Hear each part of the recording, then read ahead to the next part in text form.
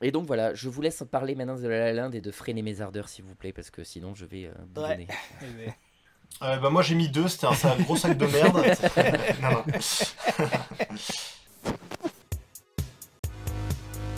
Mais vous savez, il ne faut pas parler théoriquement des films. Il faut les faire, il faut les montrer, c'est tout. À mesure que les femmes se familiarisent avec la technique et la possèdent naturellement, on change aussi le cinéma. Moi, j'aime bien dire aux acteurs que j'entends le bruit de leurs pensées, comme si c'était des cric-crac de mécanique.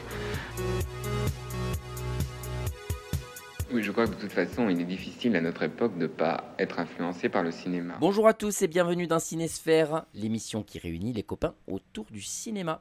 Et aujourd'hui, nous allons faire une rétrospective sur Damien Chazelle. C'est moi qui l'ai proposé parce que je suis un énorme fan de ce réalisateur. Enfin, on va en reparler parce qu'il y a deux films qui sont en deçà pour moi dans sa filmographie.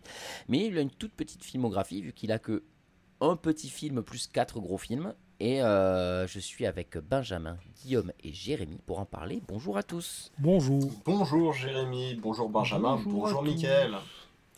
Alors, on va pas faire de préambule, je vais juste vous demander un petit peu quel est votre rapport à Damien Chazelle, c'est-à-dire, au-delà de dire si vous aimez ou pas, est-ce que vous aviez déjà vu des films avant la rétrospective? Est-ce que vous aviez déjà vu toute sa filmographie? Ou est-ce qu'il y a des films que vous avez découverts pour cette rétrospective?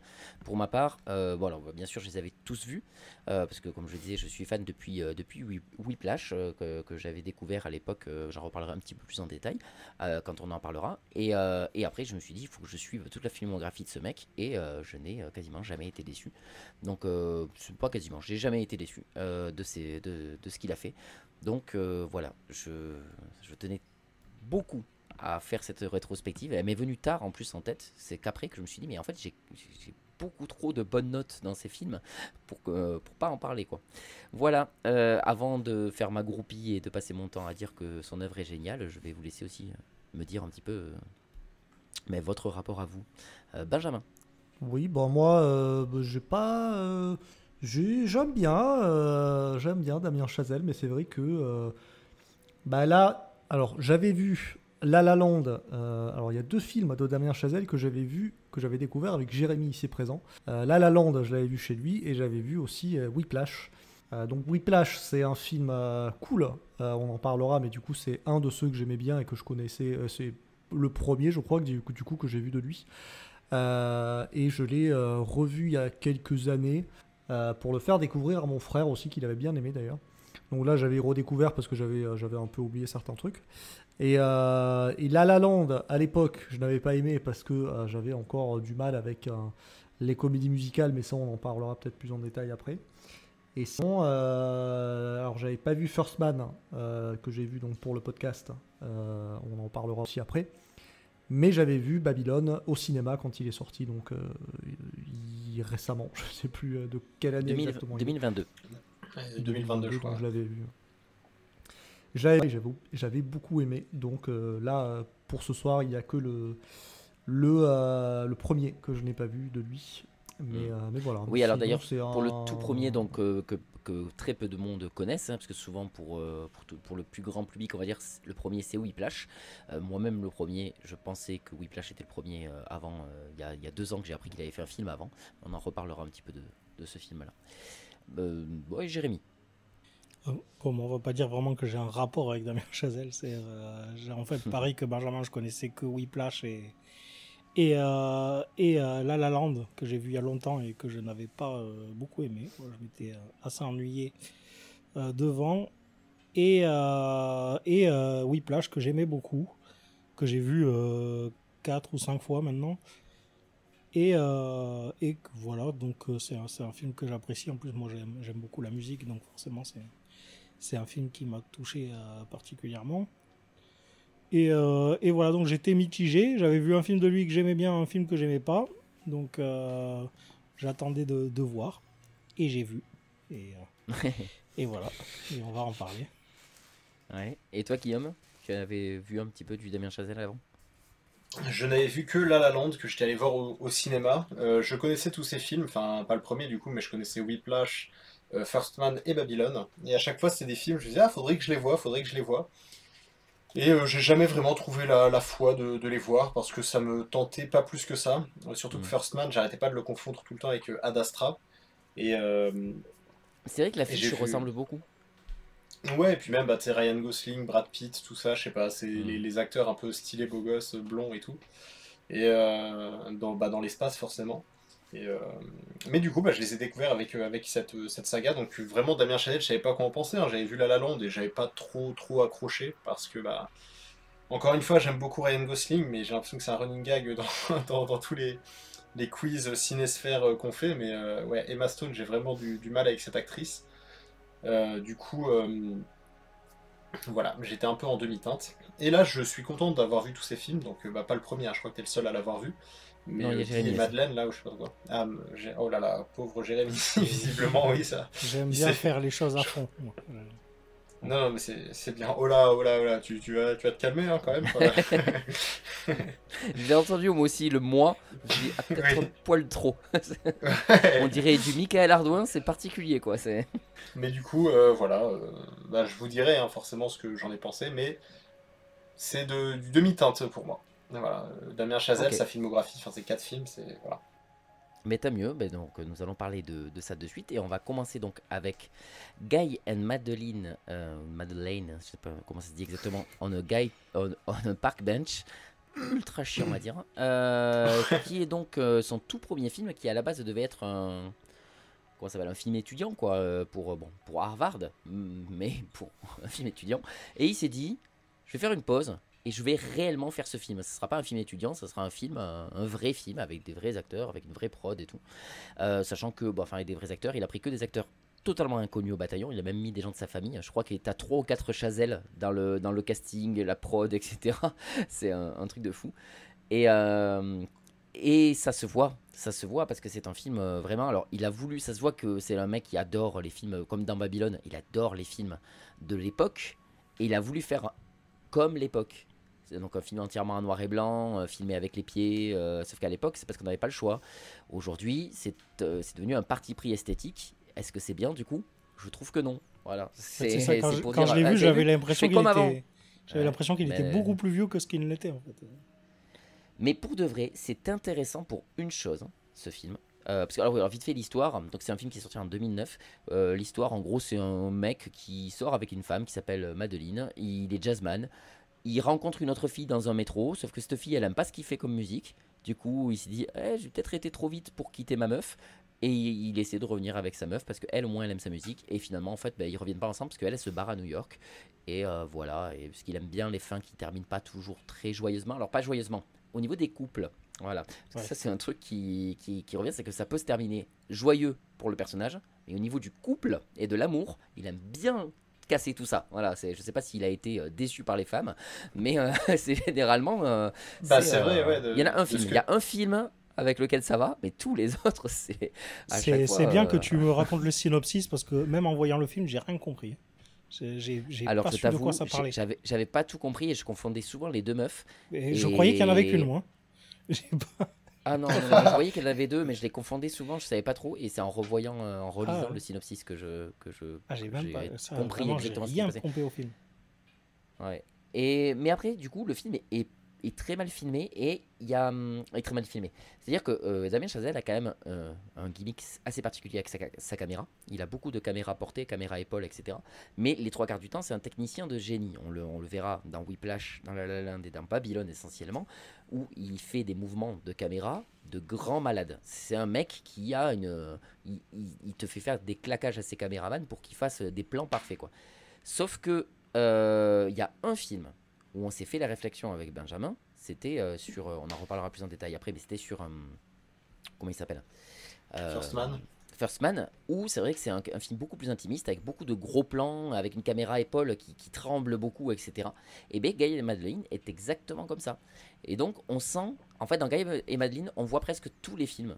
On voit la passion du cinéma de l'époque de Babylone.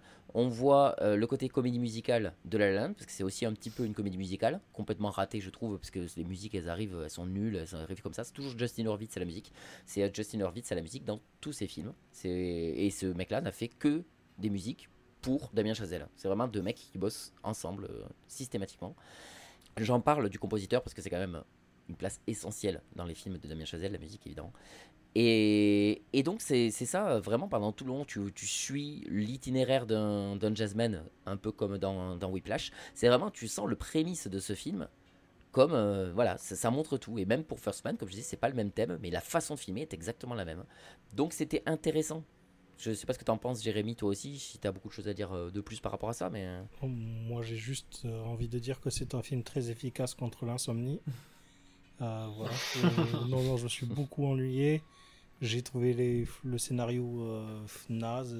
Franchement, je trouve ça inexistant. Hein. Je trouve ça cohérent pour du Damien Chazelle. Je veux dire, le jazz et tout. Quand tu connais sa filmographie, tu fais ouais, ok, c'est lui. Mais après, je me suis pas mal ennuyé et franchement, j'ai pas grand chose à dire parce que même le synopsis, je l'avais pas compris. Donc, je savais même pas de quoi ça parlait en finissant le film. Voilà. Et en plus, voilà, j'aime pas le jazz, donc ça m'a pas, même musicalement, j'ai pas pris de plaisir. Alors, il y a un gimmick à un moment et on va comme ça me permet de faire une petite transition. Il y a un gimmick dans ce film, à un moment où il y a une soirée qui se passe dans un appartement et ils sont en train de faire tous du jazz. Il y a un mec qui se met à chanter et tout, et après il y a le trompettiste qui trompette. Et donc il s'amuse à faire son fameux chant contre chant. Mais juste en bougeant la caméra. Vous savez, ce truc de réponse avec la caméra qui et qui bouge comme ça à une vitesse folle. Et il fait ça. En fait, il va dans l'appart. En fait, le trompettiste, comme une trompette, c'est très fort. Il est décalé, il est à part. Il est dans une autre chambre. Une pièce à part. Ouais, il est bien dans une pièce à part pour pas que ça saoule, enfin que ça défonce les gens. Et donc du coup, le mec, la caméraman est dans le couloir et il passe de la chambre quoi. Au salon et il passe de l'un à l'autre comme ça avec la question-réponse, un truc qu'il aime énormément faire, ce côté du question-réponse, parce qu'on le retrouve beaucoup dans ses films.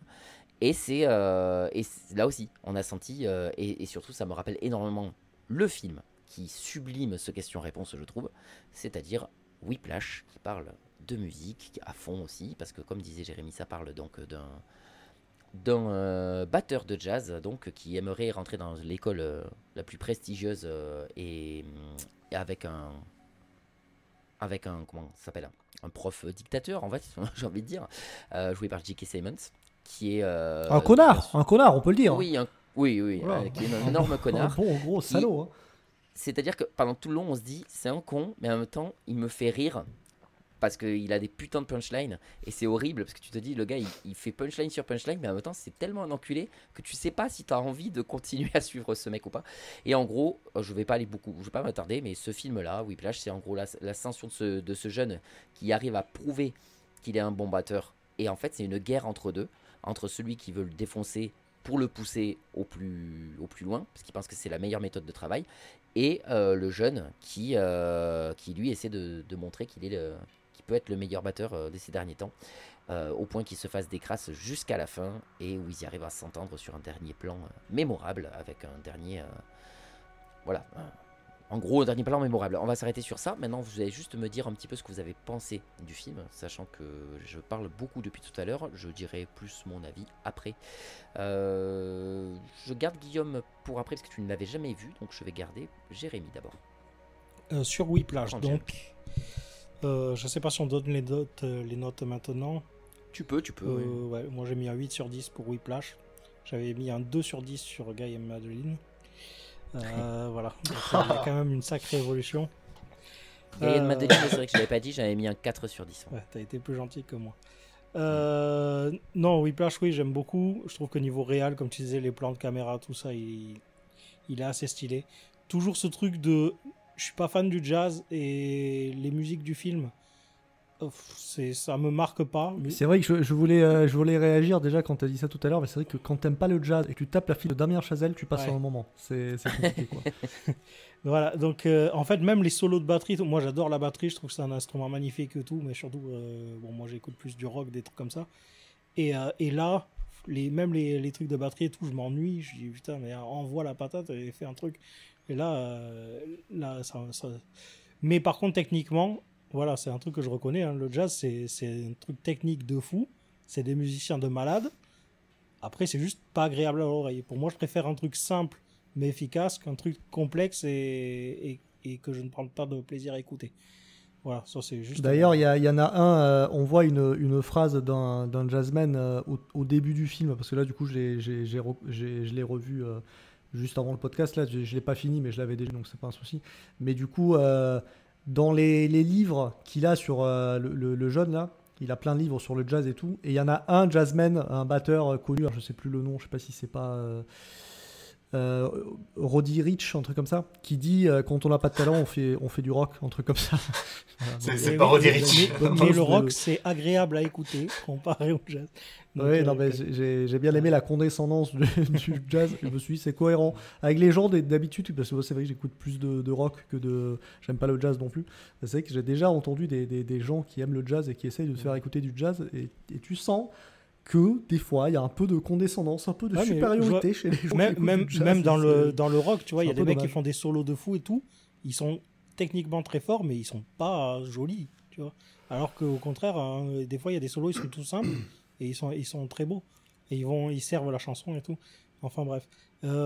Sinon, voilà, même la musique Whiplash, du coup, qui est la musique du film, où j'accroche pas tant que ça. Mais après le film en lui-même, voilà, c'est surtout le personnage. L'histoire, voilà, comment il va réussir à se faire sa place, et puis l'autre gros con qui finit par lui laisser sa chance et tout, et c'est quand même bien. Comme quoi, t'es un peu ambivalent au début, tu sais, c'est un peu un connard, et puis tu te dis, après tu comprends un peu pourquoi il fait ça, mais après ça redevient un connard sur la fin, où il lui remet des bâtons dans les roues, et tu fais, mais pourquoi tu fais ça se passait bien là, monsieur. Non mais voilà, bon film, j'ai pas grand chose à rajouter de plus. Bah, c'est ça, je me permets de réagir, mais c'est vrai que il y a, je suis toujours mitigé moi, avec les connards qu'on te montre à l'écran en te disant non mais c'est un connard, mais il est intéressant, attache-toi à lui. C'est vrai que vu que je suis quelqu'un de très empathique, moi je passe mon temps à penser plus aux gens qui l'insultent qu'à lui, et au côté drôle que pouvait évoquer Michael en mode il sort des punchlines, c'est rigolo. Moi je suis toujours en mode mais c'est horrible quoi. Et c'est vrai que même sur le fait tu comprends pourquoi il fait ça, oui, mais est-ce qu'il n'y a pas d'autres moyens que de faire, enfin pour aider des gens à réussir, est-ce que la seule solution c'est de les insulter? Le pire c'est qu'il discute, tu vois, il lui dit bon ben voilà, c'est vrai que j'ai été un peu dur avec toi, mais c'était parce que je voulais vraiment te pousser et tout, moi c'est ma technique de travail et tout, et après il dit allez je te laisse ta chance, et il le refout dans la main. Ça, mais parce qu'il savait très bien que c'est lui qui l'avait dénoncé, ouais. Qu'il avait dénoncé. En fait, tout ça, c'est une mise en scène. Justement. Il joue la comédie quand il est gentil, en fait. Il est jamais gentil. Voilà, à la fin, il lui dit en fait, tu m'as bien enculé, donc je vais moi-même. Et je fais non, c'est vraiment un connard, en fait. Du coup, vraiment... Mais c'est-à-dire que le gars, il est tellement un connard qu'il est prêt à saboter son propre orchestre. C'est ça. Juste pour foutre la honte au gars, quoi. Et tu te dis, le gars, il est prêt à saboter sa réputation devant un public. Juste pour ça. Je te dis, là, on est au niveau summum du connard, quoi. Enfin, vraiment. On est au niveau connard pathologique. Enfin, là, c'est une maladie à ce niveau-là. C'est un psychopathe, littéralement. Enfin, je pense que. Moi, un moment qui me fait. Enfin, on en reparlera après, plus des moments. Donc, Benjamin, toi, qu'est-ce que tu penses du film? Moi, c'est pareil. La dernière fois où je l'ai vu entier, je crois que c'est un. Je crois que j'avais mis 8. Voilà, peut-être un petit 8, mais un 8 quand même. Là, du coup, j'ai vu pratiquement la moitié, là, juste avant le podcast. Mais ce que j'ai constaté, c'est que même là, j'ai vu 1 heure.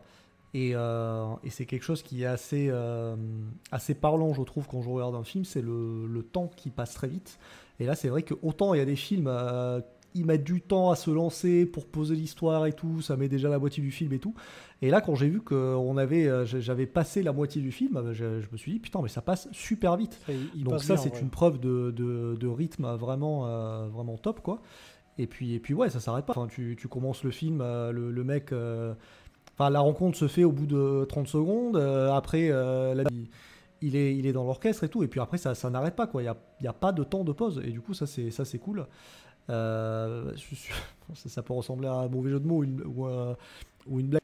Non, du coup, ouais, j'allais dire, pour un film sur la musique, c'est très bien que ce soit aussi rythmé, mais dans le sens vraiment tempo, quoi. Ça, il y a vraiment, c'est tac, tac, tac, tac, ça n'arrête pas. Il n'y a pas de surplus, il n'y a pas de gras et tout. Ça va vraiment droit au but. Donc déjà, ça, c'est déjà très bien. Et puis après, oui, forcément, les persos, les acteurs aussi. J'ai plus le nom du jeune. Je sais qui. Miles Teller. Miles Teller, ouais, qui a fait pas mal de films après, mais c'est vrai que là, pour le coup, c'est un de ses premiers rôles principaux, je crois, Whiplash. Donc, il en avait fait quelques-uns, genre dans Projet X, je me souviens de lui dans Projet X. Et ouais, voilà, mais après, oui, il en a fait d'autres, je sais pas. Ouais. Peut-être War Dogs, oui, non mais War Dogs c'était après, je crois. Ouais, War Dogs c'est après. Très bon film aussi. Je remarque que même dans ce film, il y a ce truc de la meuf qu'il aime, il finit pas avec, quoi. Oui. Mais justement, c'est là où je voulais en venir après. Ouais. Non, mais voilà, sinon, je ne remonterai pas ce soir. Je réagirai quand vous direz des trucs, mais oui, non, sinon c'est bien, parce que c'est vrai que Babylone, je ne l'ai pas revu parce que je me suis dit, si j'en revois un, c'est soit Whiplash, soit Babylone. J'ai vu que Babylone faisait plus de 3 heures, je me suis dit, bon, on va regarder Whiplash. Ouais, bien sûr. C'est vrai que c'est l'avantage, quoi, c'est que c'est vraiment un film qui va droit au but. C'est une ligne droite qui va à fond, il y a pas de pause, et voilà, ça fait pas 2 heures et ça se regarde super bien, quoi. Je suis d'accord. Alors c'est un film qui a gagné aussi l'Oscar du meilleur montage, hein, et je trouve que c'est logique, parce que c'est exactement ça. C'est vraiment, s'il y a un Oscar qui devait gagner, c'était celui-là, et il a carrément défoncé ça. Et c'est un film que voilà, j'adore. Moi j'ai 10 sur 10 sur ce film. C'est du pur génie. Alors moi j'aime le jazz aussi. Mais j'aime le jazz, et je l'ai remarqué grâce à Damien Chazelle, justement. Parce que je savais pas, je pensais que je n'aimais pas le jazz. Et en fait, il n'y a pas une seule musique que je n'écoute pas en boucle de sa filmographie. Parce que je trouve ça incroyable à chaque fois. Moi je suis pris dedans. Et là où je voulais réagir aussi par rapport à ce que tu as dit, Benjamin, quand tu as parlé... non, Jérémy, quand tu as parlé de même la meuf, il finit pas avec...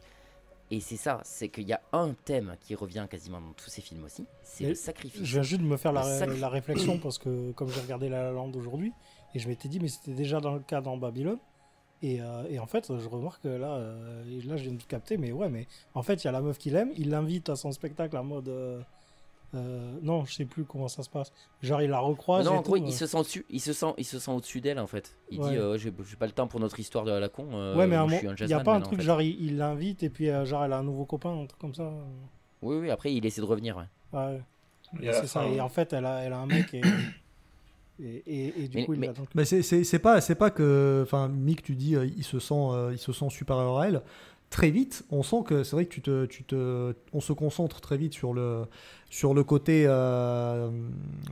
désagréable, hardcore du prof, mais tu te dis, lui, est-ce qu'il vaut vraiment mieux que lui? Parce que vraiment, enfin, très vite, même le passage où il est avec sa famille et où du coup il se met à vanner son... Je sais plus si c'est son frère ou son cousin, sur le fait qu'il vaut mieux que lui aussi, parce que lui il est musicien et lui c'est qu'un pauvre footballeur. Et tu dis, mais ouais, là, t'es quand même. Après, là, il y a aussi la frustration de tout le monde dans sa famille. Disent, alors, toi, c'est super, toi, tu rentres dans le football et tout. Et personne ne s'intéresse à lui, alors qu'il est dans une école hyper prestigieuse et tout. Il a l'impression de faire un truc de malade. Il est dans un des meilleurs orchestres du pays. Et son cousin qui est juste footballeur. Et tout le monde lui dit, ouais, c'est génial et tout. Et lui, c'est juste le saltimbanque. Enfin, tu vois, il y a une frustration aussi qui fait que. En fait, il s'énerve parce qu'il n'est pas considéré du tout. Tu sais, pour eux, ils se rendent pas compte de ce qu'il fait, quoi. Et il a cette frustration-là. Oui. Mais bon, enfin, les mots qu'il a après, c'est pas juste je suis un peu frustré, parce que il a quand même des mots forts où tu sens qu'il pète plus haut que son cul. Et oui, tu peux être frustré. Après, t'es pas obligé d'être en colère à cause de ça, quoi. C'est un peu le truc. Bah, c'est surtout, je pense que c'est le seul à se rendre compte du travail que ça implique, tout ça. Et sa famille se dit, ah mais lui il a pas d'avenir, il a son délire de conservatoire et de musique, mais tu peux pas percer là-dedans, alors que lui qui est footballeur, il a sa bourse, etc.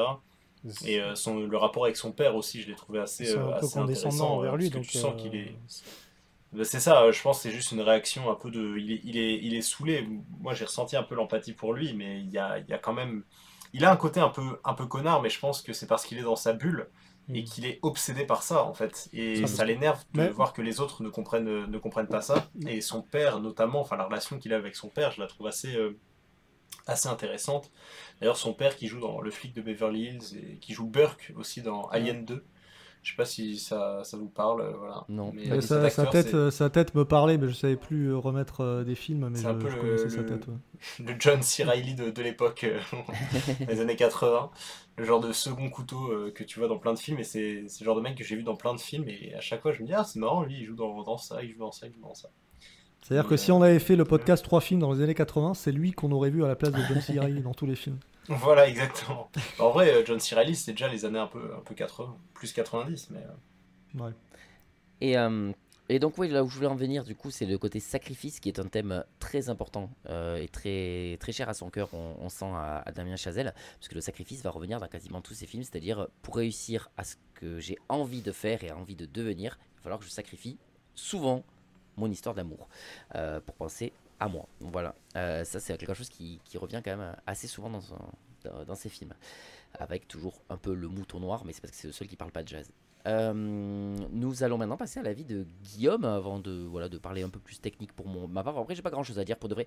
Je le fais maintenant, mais techniquement, voilà, la raison pour laquelle je mets 10 sur 10, c'est que je suis un fan de technique et c'est ce que j'ai dit tout à l'heure.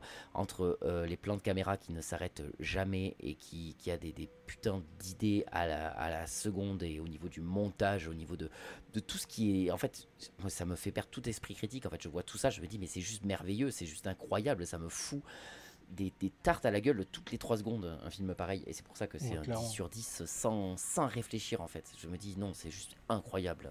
En plus de ça, j'aime la musique. Voilà. Alors moi, juste Pas, sur le jazz, c'est pas que je déteste, hein, c'est juste que ça me laisse indifférent. Je suis pas en Oui, mode c'est ça. ah c'est horrible, je peux pas écouter ça. Oui, bien C'est sûr. juste que ça me Si, c'est ce que touche tu as dit une quand même sorte. dans le podcast. Hein. Non, ça On m'en- t'entend. ça Et donc, m'empêche tu pas vois, de faire bouger l'autre. Voilà, c'est tout. Et donc toi, le Guillaume, jazz pour toi, c'est un peu qui vient le... de- Vas-y, fais ta blague. Non, voilà, non, c'est pas vraiment... Enfin, oui, ah, c'est bien, du coup, ça met zéro pression, c'est super agréable. Non, j'allais dire, du coup, le jazz, c'est un peu le alpha one des genres musicaux, on va dire. C'est-à-dire que c'est très technique, mais tout le monde n'aime pas, quoi. Oui, bah, c'est Parce que exactement c'est ça. trop technique, voilà. Et donc, toi, tu étais le seul à ne l'avoir jamais vu et qui l'a découvert pour la rétrospective. Qu'est-ce que tu en as pensé, Guillaume? Exactement. Eh bien, écoutez, j'ai beaucoup aimé ce film. Il m'a énormément fait penser à Black Swan. Moi, Ah. je sais pas, Putain. dans le genre, le ressenti du film, en fait. Le genre de personne qui se donne à fond pour son art pour arriver à la fin à faire la performance quasiment parfaite. Avec Vincent Cassel dans Black Swan et là, J.K. Simmons qui est le prof un peu tyran et intolérant et tout. Enfin, je trouve qu'il y a énormément de similarités entre ces deux films. Ça m'étonnerait pas du tout qu'il s'en soit inspiré aussi pour son film. Le côté anxiogène presque aussi. Ouais. Ah bah oui, ce film est clairement anxiogène. C'est un truc de fou. Il est tellement imprévisible. Le prof là, c'est quoi? C'est Neyman son nom ou c'est non Fletcher? Non, Neyman c'est Fletcher. Ouais. Neyman c'est le gosse. Ouais, Fletcher le prof. Il est tellement imprévisible que du coup des fois tu sais t'as peur en fait. C'est là que tu vois que le personnage est bien réussi. Quand tu lui jettes une chaise dans la gueule, par exemple. Mais oui, il Mais fait. déjà, C'est pas grave. le c'est mec pas a eu grave, un c'est pas accident grave. de la Essaye route. de jouer un peu plus rapidement. Il est à l'agonie, il est en sang, et l'autre, il fait juste lui reprocher. En mode, eh ben, t'es en retard, eh ben, bravo. Je viens de mourir quasiment, quoi. Ah, t'essaies de niquer mon concert, c'est ça? Et ouais, Fletcher, il a ce côté en fait très réussi, personnage très réussi parce qu'il est très imprévisible. Et du coup, on s'identifie énormément à Neyman, du coup, qui essaye de vraiment tout faire pour essayer de le satisfaire. Et voir la panique un peu dans son regard à chaque fois qu'il regarde Fletcher. Et Fletcher, au début, qu'il met dans l'orchestre, qui lui fait remplacer le batteur actuel, en lui disant « Non, c'est pas grave, joue un peu plus rapidement, c'est pas grave. » Donc tu dis « Ah bah il est vraiment gentil avec les nouveaux. » Et là, il lui lance une chaise à la gueule. Et là, tu fais « Oh là, attends, quoi ?» Et du coup, ouais, il a ce côté très instable. Et il y a ce côté, désolé, hein, mais je regarde ça en ce moment, c'est comme dans Handmaid's Tale, tu as énormément de mal à savoir qui tu apprécies en fait en tant que personnage, parce qu'ils vont te faire des trucs très cool, et après des gros trucs de fils de pute, et du coup il y a ce constant Il a un mélange, côté après, good t'arrives cop, pas- bad cop à lui tout seul, quoi. Bah c'est ça, il t'arrives va pas à te- savoir en fait si c'est quelqu'un de vraiment Mais c'est- ouais, bien, c'est de ça. fondamentalement Il va te caresser la joue avant de te mettre une grosse tarte dans la mauvais, gueule, quoi. gentil ou quoi, et du coup il y a ce côté, il m'a un peu fait penser au mec à l'instructeur dans Full Metal Jacket, Le gars a hurlé avec ses punchlines et tout sur tout le monde, et en même temps, tu te dis, voilà, enfin, dans l'armée, il y a ce côté un peu tous ensemble contre le reste, tout ça. Mais enfin, ça, c'était surtout au début, et à la fin, on se rend compte que c'est surtout aussi une espèce de... c'est pas vraiment un raté, mais un aigri, en fait. Un aigri qui va absolument essayer de marquer de sa pauvre empreinte le monde du jazz. Et c'est ça que j'ai bien aimé dans la scène finale, qui, moi, m'a vraiment... Enfin, j'étais bouche bée, hein, elle dure 10 minutes, et vraiment, j'étais à fond dans cette scène. Pourtant, j'avoue que je trouve pas la musique exceptionnelle, le jazz, c'est vraiment qui tout double pour moi. Et là, bon, bah, le solo de batterie, je me rends compte que c'est impressionnant, mais bon, surtout le moment où il ralentit, là, il ralentit, et après il repart. J'ai pas trop saisi, mais j'ai bien aimé la complicité jusqu'à la fin entre les deux. Le mec qui... Déjà, le gros coup de pute, il l'amène dans son orchestre, en lui disant ouais, maintenant que je suis plus prof, on est potes, t'inquiète pas, etc. Et quand il lui dit je sais que c'est toi qui m'as fait virer, du coup t'as pas la partition pour jouer, donc adapte-toi. Enfin vraiment le gros coup de pute, quoi, vraiment le gros bâtard. Mais mine de rien, je sais pas, je trouve que ce final, Ouais, mais tu te dis peut-être au final, il a quand même ils voulu s'entendent pousser, bien parce que musicalement parlant. Oui, mais Non, c'est ça, il lui en veut. Quand il Oui, reprend il la lui en- batterie, il fait mais il qu'est-ce lui que en tu fais? veut. Je vais te défoncer, tu vois. Mais au final, Et après, j'aime bien, et il a tellement confiance en lui qu'il lui fait je vous ferai signe. Ok. et lui il dit Ouais, oh, et ok, puis, je te puis fais il fait confiance. fuck you. Tu le vois dire fuck you en jouant Ouais, sur la j'adore. batterie, il le regarde, il Ouais, fait c'est fuck ça, you, ouais. fuck you. Ouais, c'est ça. Du coup, techniquement, oui, il a réussi, il l'a poussé dans ses derniers tranchements, et il l'a poussé à faire la prestation dont il parlait depuis toujours, avec je sais plus quel... Alors, c'était pas Roddy Ricch, hein. Du coup, parce que vraiment, Roddy Buddy Ricch, Rich non, oui, c'est un rappeur. Roddy Ricch, Non. c'est vraiment c'est The Box, c'est un rappeur américain, c'est Oui, oui, voilà, c'est ça. le son là, voilà, c'est ça, C'est ça. non, pas du tout. Quand j'ai vu le nom, Mais, j'ai pensé à cette musique directe. Non, mais c'est oui, mais c'est Rich, c'est sûr, mais je sais plus. Case Richard, Ouais, non, un c'est truc comme ça. Claude. Claude Rich. peut-être, ouais. Allez, la même blague, Voilà. yes. Et ouais, mais du coup, ouais, j'ai passé un très très bon moment devant ce film, et comme pour Black Swan, à la fin, j'étais un peu vraiment laissé, waouh, un peu genre, j'ai pas vu le temps passer, le montage est très réussi, et du coup, je lui ai mis 9 sur 10, comme Black Swan, Waouh. parce que je m'attendais pas du tout à apprécier ce film, et j'ai vraiment énormément aimé. Je trouve que J.K. Simmons et Miles Teller sont de très bons acteurs. Mm. Et c'est ça en fait, le film est assez simple quand on y En pense, le scénario général, est très la simple. direction d'acteur chez Chazelle, je la trouve quand même plutôt bien. Même pour les gens que je connaissais moins, même les gens que je connaissais moins, je trouve la direction d'acteur assez balèze. Voilà, on en reparlera. Et mais- c'est Buddy Rich. Voilà, je viens de vérifier parce que ça me stressait. Ok, mais en tout cas, ouais, j'ai vraiment aimé beaucoup de choses, et le côté simple pour finir de ce film, juste, c'est un scénario simple où on voit juste l'évolution d'un mec, il n'y a pas de fioritures, de trucs compliqués dans le scénario, non, il n'y a pas de 10 000 péripéties, non, c'est juste un gars qui se donne à fond pour son projet, pour son rêve, et je trouve que ça donne un très bon résultat, et ça donne un film en fait très digeste et très fluide, avec un très bon montage et de la bonne musique, des bons acteurs, enfin vraiment il y a énormément de choses, et j'ai passé un très bon moment devant ce film, du coup je lui ai mis 9 sur 10, voilà. Et bien c'est très bien. Ben, alors, je pense que c'est le seul film à quel point il y aura une unanimité pareille. On verra, on en reparlera, mais peut-être pas. Parce que Oui. je vais y avoir de super surprises. Excusez-moi, pardon. Et, Un peu c'est vrai fort. que, ben, en effet, nous ne sommes pas les seuls à avoir aimé ce film. Il a été quand même sélectionné aux Oscars. Il a été nommé, il en a eu plein. D'ailleurs, meilleur acteur de second rôle pour J.K. Simmons. Et c'est bien, parce qu'il mérite. Parce que c'est un très très bon acteur. Nous, on le connaissait tous pour Spider-Man, essentiellement. Et c'est vrai que de le Oui. voir dans un film comme ça, tu fais ah, c'est trop cool. Et puis il est stylé, quoi. Avec son côté chauve baraqué, là, ça lui va super bien, quoi. C'est un acteur qui manque un peu. Je pense qu'on devrait le voir plus souvent dans les films au cinéma. Je crois qu'il nous joue avons- dans Terminator Genesis, je crois. C'est le seul autre film où je l'ai vu, il me semble. Aïe, aïe, Et, aïe. oui, bah écoute, Coup hein, de voilà, on a la cinéphilie qu'on mérite. Voilà. Ouais, il joue dans La La Land. Enfin, le...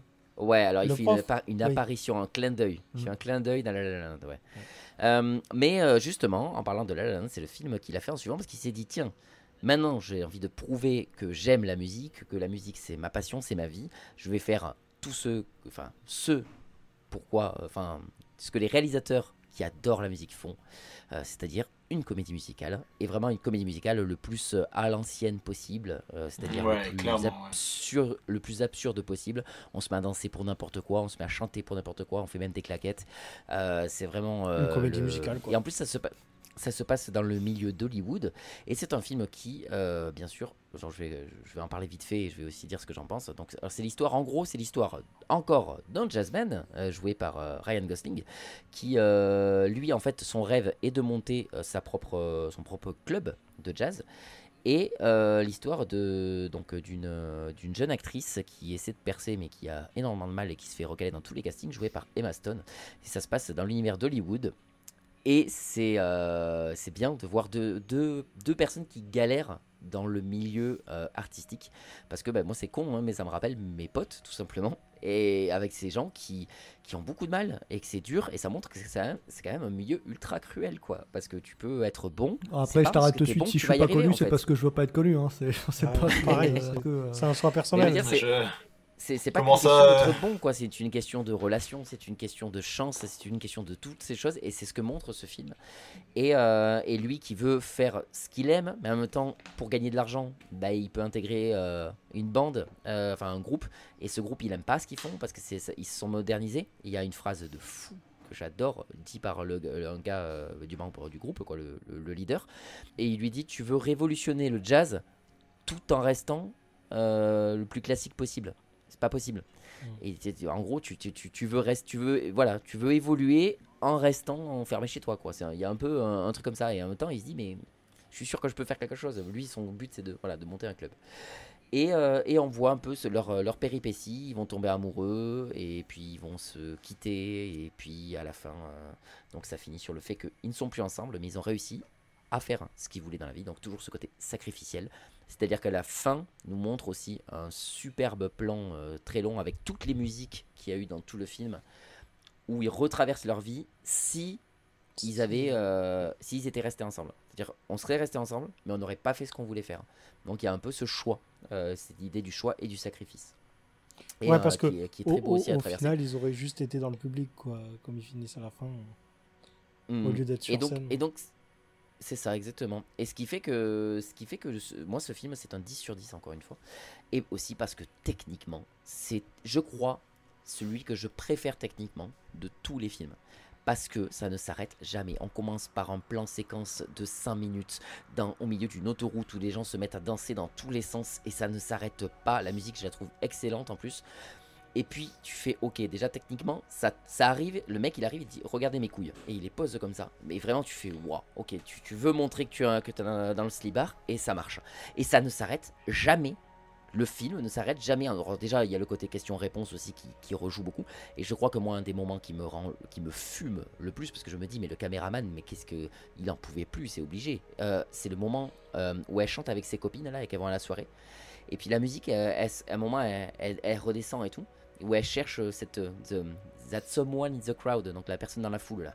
Et en fait le truc c'est que elle arrive, la caméra suit de dos Emma Stone qui va vers la piscine, sauf que elle bifurque, la caméra ne bifurque pas, elle avance vers la piscine, et là t'as un plongeur juste en face qui plonge, et le moment où il tombe dans l'eau, la caméra suit et tombe dans l'eau pile au même moment, le caméraman traverse l'eau. Et là, la musique qui repart de plus belle, et that someone in the crowd, et la caméra, elle continue à filmer sous l'eau avec des gens qui sont en train de danser sous l'eau. Elle remonte. Les gens sont en train de danser tout autour de la piscine avec une putain de chorégraphie. Il y a des feux d'artifice et ça. Et là, j'étais là. Oh mon Dieu, c'est juste le plus merveilleux du monde. Là, vous avez pas l'image, mais nous on a Michael qui est avec les bras, en train d'agiter les bras, en train de nous mimer les plans, les scènes. Il a des étoiles dans les yeux. Mais et ce film me fait ça tout le long. Le seul moment où j'ai plus de mal dans ce film, mais ça n'empêche pas, je vais pas lui enlever un point pour ça. C'est un moment de creux, je trouve, et que je trouve, parce que j'aime pas, je trouve que les effets spéciaux sont très moches et tout. C'est le moment de l'auditorium, le moment où ils arrivent dans le truc d'étoiles là et tout là, et là ils sont en train de danser dans le ciel et machin et tout ce moment là je l'aime un peu moins, mais même les moments complètement, c'est farfelu tu vois, mais ils sont en train de chanter juste tous les deux dans la rue et ils sortent leurs chaussures et ils mettent des claquettes parce qu'ils savent qu'ils vont danser des claquettes, et tu te dis c'est tellement con mais ça me fait rire en fait. Et je souris pendant tout le long de ce côté presque brisage de quatrième mur. J'ai presque l'impression à des moments qu'il se fout de la gueule des comédies musicales. Il y a des moments où je me dis, j'ai l'impression qu'il y a presque un côté parodique des comédies musicales tout en disant que c'est sublime. Enfin voilà, et jusqu'à la fin, voilà, ce film rend fou. après... Je trouve que Ryan Gosling joue bien et joue tout court. En fait, c'est pas qu'il joue bien, il joue. Après, Ryan Gosling, il musicales, rigole, et il machin et tout. Enfin, c'est les comédies voilà, musicales, c'est mon... pour de vrai. Je vous laisse parler, mais c'est merveilleux. Voilà, ce film est incroyable. Mais, voilà. Non, mais... Calme-toi. Les comédies musicales, c'est figuratif, faut pas le prendre premier degré, ce qui se passe à l'écran. En fait, quand jamais, il chante, c'est ce que j'allais dire. la scène, je sais pas, quand elle fait le casting et qu'elle chante pas vraiment. C'est un point de vue. Mais du coup, faut pas être trop premier degré avec les comédies musicales. C'est ce que j'allais dire quand il a dit il y a presque un côté brisage de quatrième mur. Oui, parce que c'est une comédie musicale. Oui, bien sûr. Comédie musicale, c'est que du brisage de quatrième mur. C'est pas ce qui se passe. Mais là, ce que je veux dire, c'est que techniquement, on les voit réellement. C'est pas mieux fait dans La La Land, Michael. Ce que je veux dire, ce que j'ai aimé dans ce film, c'est que n'importe quel autre film, le moment des claquettes, ils auraient dansé les claquettes. Là, ils mettent les claquettes. C'est ça que j'aime bien en fait. C'est qu'il y a un côté un peu méta du on sait qu'on va danser les claquettes, donc vous allez nous voir mettre des chaussures avec des claquettes. Ils mettent pas des claquettes. Oui, bien sûr, pardon. Ils mettent des chaussures à claquettes. Et du coup, c'est ça que j'aime en fait. C'est que n'importe quel film, ils auraient fait des claquettes sur. Mais comme ça, en fait. Ça aurait été incohérent, mais on acceptait parce que c'est une comédie musicale. Mais là, j'aime bien l'idée que, voilà, on les voit faire. On les voit faire, et puis même ça, même le fait de montrer des gens mettre. Chaussures avec des claquettes, ça sert à la mise en scène. Et c'est pas juste où ils enfilent des chaussures et après ça part la musique. C'est ça. C'est pour le truc super gênant. Le truc super gênant quand tu les vois s'asseoir, la musique s'arrête, ils mettent des chaussures. Ah merde, c'est pas ma taille. Attends. T'as pas du 38 ? C'est dans Shaun of the Dead où il y a un montage surcoté. Non, pas Shaun of the Dead. C'est dans Scott Pilgrim vs. The World. Il y a un moment ultra cuté où le gars il est à fond, il est en train de faire des trucs de fou et tout, et alors, surtout venant du réalisateur Edgar Wright, ça s'arrête pas, tu vois, c'est un truc avec un montage de fou furieux, et du coup il est en train de faire ce truc et ça s'arrête avec une pause où il est en train de mettre ses lacets, genre vraiment, mais il prend son temps à bien faire la boucle et tout, et là ça repart de plus belle, hyper, c'est marrant. Bon, ça se prête pas à La La Land. Je dis aucun rapport, mais j'avais oublié que c'était Edgar Wright qui faisait aussi Scott Pilgrim. Et donc voilà, je vous laisse parler maintenant de La La Land et de freiner mes ardeurs s'il vous plaît, parce que sinon je vais donner. Moi j'ai mis 2, c'était un gros sac de merde. Et mais tu n'as pas vu Gaël Madeleine alors. Non, en vrai je plaisante, vas-y, j'ai pas tant de choses à dire que ça, parce que c'était le seul film que j'avais vu, La La Land, de toute façon, de Damien Chazelle. J'ai bien aimé. En fait, c'est vrai que... Alors Emma Stone, c'est pas... Voilà, moi, il y a un acteur, non, c'est une actrice. Non, il y a une actrice que je déteste, c'est Léa Seydoux, vraiment pour énormément de choses, quasiment tout, en fait, tout ce qu'elle fait, j'aime pas du tout. Et pourtant, elle a joué dans plusieurs des films que j'adore et des sagas que je préfère, hein. James Bond, Mission Impossible et compagnie.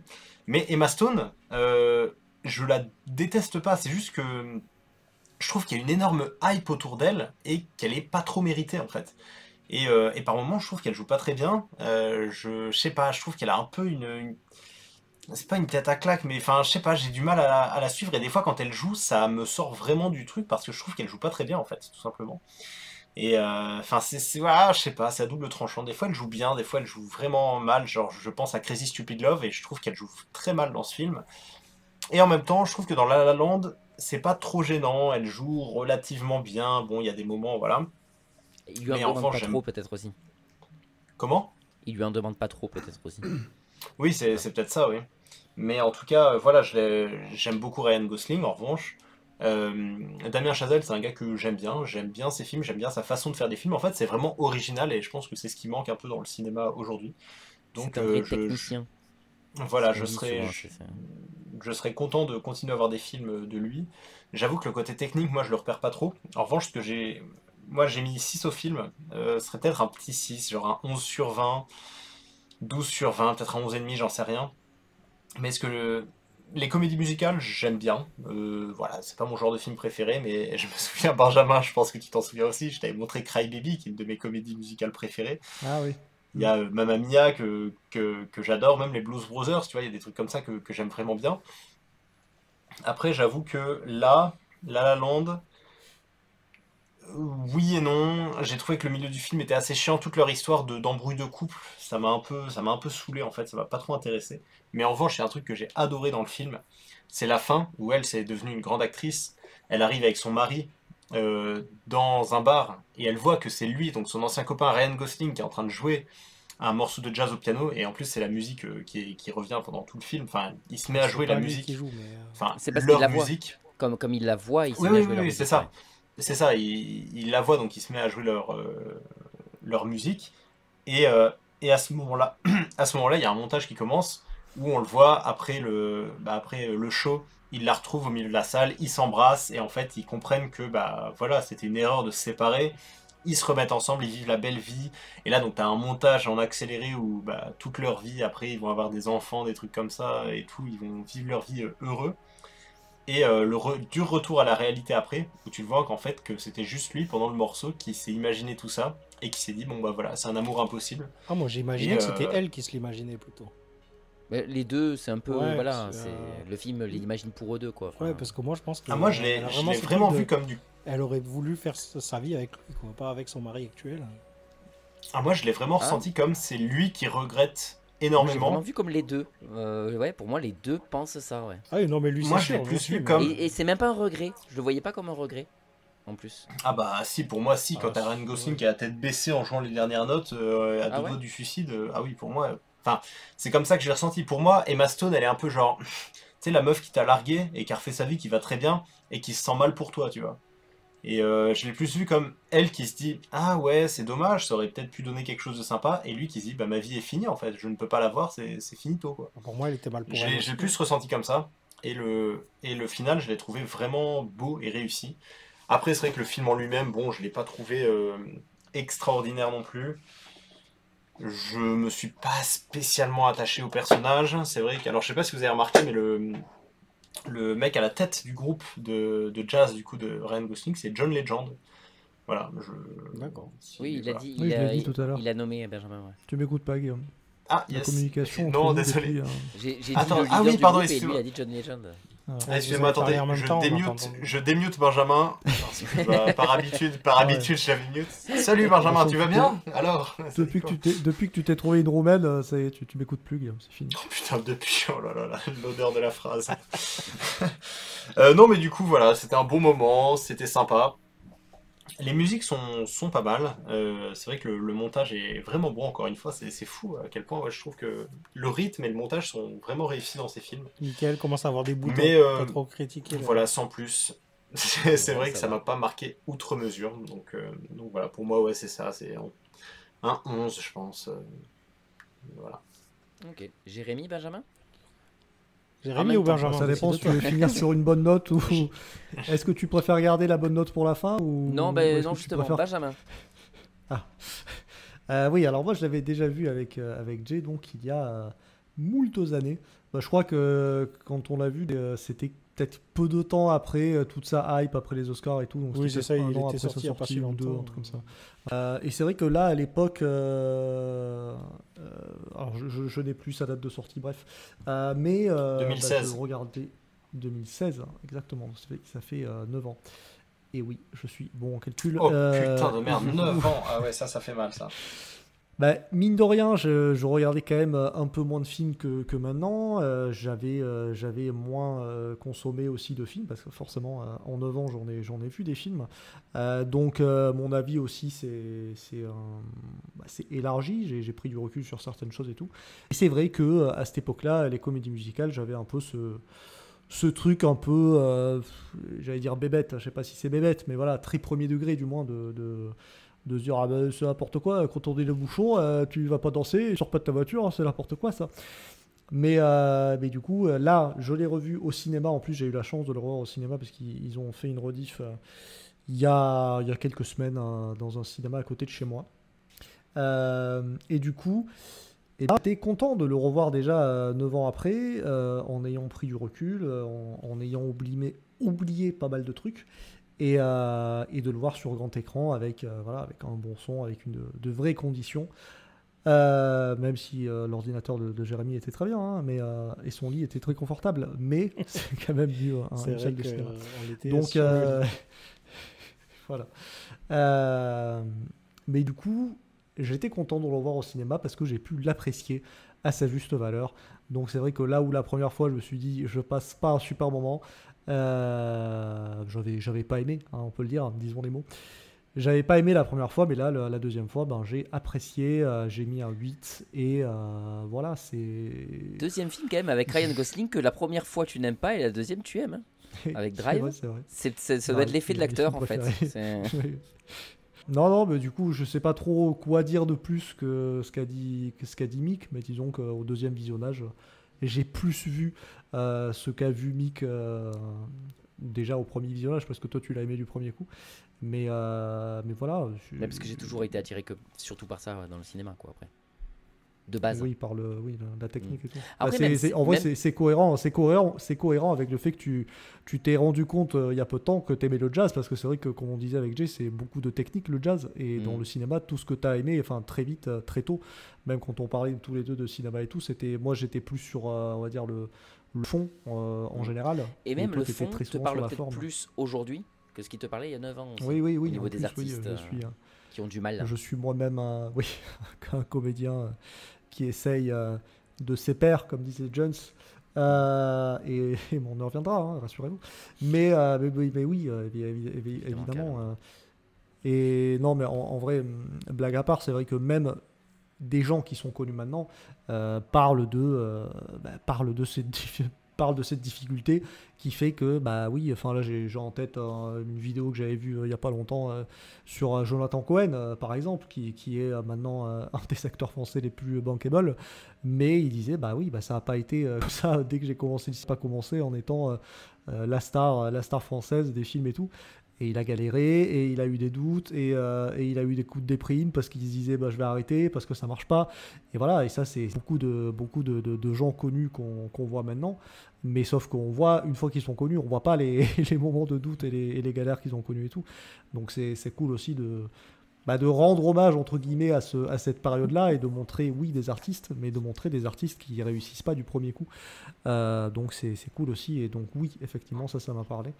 Et puis c'est vrai que en plus ça parle. Bon, là moi qui suis comédien, ça évidemment je me sens plus touché par le cas d'Emma Stone, mais bon, c'est vrai qu'au final le cas de Ryan Gosling est un peu similaire aussi. C'est pour ça que, enfin, je pense qu'ils arrivent, même s'ils sont pas, même si au début Emma Stone lui annonce qu'elle aime pas le jazz, un peu comme pour le taquiner, mais bon, ce qui est vrai. Hein, après. Ce qui lui permet de lui expliquer pourquoi c'est magnifique le jazz et tout. Mais c'est vrai que c'est deux artistes qui sont dans deux secteurs différents, mais voilà, ça reste deux artistes qui sont pas encore connus et tout, et c'est d'ailleurs c'est une des raisons je suis pas d'accord avec ça son point de part vue, en sucette. Il lui dit ouais, mais t'aimes pas le jazz, mais c'est parce que tu connais pas l'histoire du jazz et tout. En fait, une musique, ça se ressent. T'as pas besoin de savoir. T'as pas besoin de savoir l'histoire de la musique. Si t'aimes la musique, c'est que t'aimes la musique, quoi. C'est la musique, ça s'écoute. J'ai déjà parlé avec une fille qui m'a dit ça. Hein. Je lui ai dit j'aime pas le jazz. Elle m'a dit non, mais écoute ça, écoute cet acteur, écoute ce chanteur, écoute ce musicien et tout, et tu vas voir, tu vas aimer. Bon, je l'ai pas fait du coup, hein, mais c'est vrai que. Pourquoi pas, peut-être en vrai qu'elle a raison, mais c'est vrai que c'est pas ça la musique, c'est pas des devoirs. Je pense que Jérémy a mis le doigt dessus par rapport au jazz tout à l'heure, c'est exactement le principe, c'est ça, c'est que Jérémy reconnaît la technicité et le côté incroyable du jazz, et qu'il comprend pourquoi c'est une grande musique et pourquoi les gens aiment le jazz, mais il n'aime pas. Tu peux pas juger d'une appréciation, évidemment, ça reste toujours sur ça. Et c'est comme les films, je sais que j'ai une copine il y a pas longtemps, je fais une mini digression, mais elle a vu il y a pas longtemps Citizen Kane. Elle dit je ne comprends pas du tout, elle dit je trouve qu'il y a une trop grosse hype sur ce film, je comprends pas pourquoi c'est un des meilleurs films de tous les temps. Tu vas dire mais oui, avec ton point de vue aujourd'hui, t'en as vu des bien mieux des films pour toi, et c'est normal, et tu as le droit d'apprécier tellement plus de films, même des films un peu nuls, hein, mais tu as le droit de les apprécier mieux que ce film. Mais tu peux pas dire que c'est pas un des meilleurs films de tous les temps par rapport à ce qu'il a apporté pour son époque, parce qu'il faut connaître l'histoire de ce film pour comprendre pourquoi c'est un chef-d'œuvre, pas pour comprendre pourquoi tu l'aimes. Tu as le droit absolument de détester ce film, parce que aujourd'hui les codes sont différents. Et ben c'est pareil pour le jazz, c'est pas parce que tu comprends pourquoi c'est bien que tu aimes, en fait. C'est ridicule. Tout est une question de contexte pour l'art en général. bien sûr. C'est ça.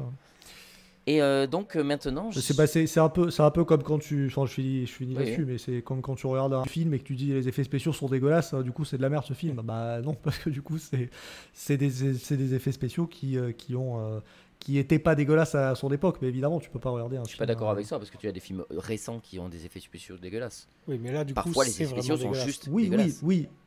Ça arrive. Mais, Mais je veux dire, Ouais, un film qui a 40 Oui. ans, tu peux pas dire oui, les effets spéciaux, c'était pas terrible. Enfin, Ben ça dépend. Parce Voilà, que c'est pour ça que je l'époque, veux ça dire. peut être pas terrible ou ça peut être parce qu'il y a des films qui sont sortis à la même époque qui sont beaucoup mieux faits ou pas justement. Donc si tu me dis Star Wars à l'époque, enfin je trouve les effets spéciaux minables. Je peux comprendre qu'on te dise ouais, enfin pour l'époque c'était incroyable. Tu prends je sais pas d'autres films qui sont sortis à l'époque qui étaient avec des effets spéciaux réellement pourris. Tu peux dire ils sont vraiment moches les effets spéciaux. Tu fais bah oui, même pour l'époque Si c'était tu déjà si tu oui, vois là, qu'un c'est- dinosaure, c'est un oui, jouet en moi, plastique. forcément. je rebondissais. Je rebondissais Ouais. parce que tu parlais de chefs-d'œuvre comme Citizen Kane ou quoi. Évidemment, bien je sûr, ne bien parle pas du nanar qui a 10 euros de budget. Ok. Non pas du tout. Jérémy. Benjamin. Moi, je serais bien allé le voir au cinéma comme Benjamin, mais il passait ce soir. Donc, du coup, j'ai pas pu aller le voir. Il passait dans un cinéma associatif à côté de chez moi.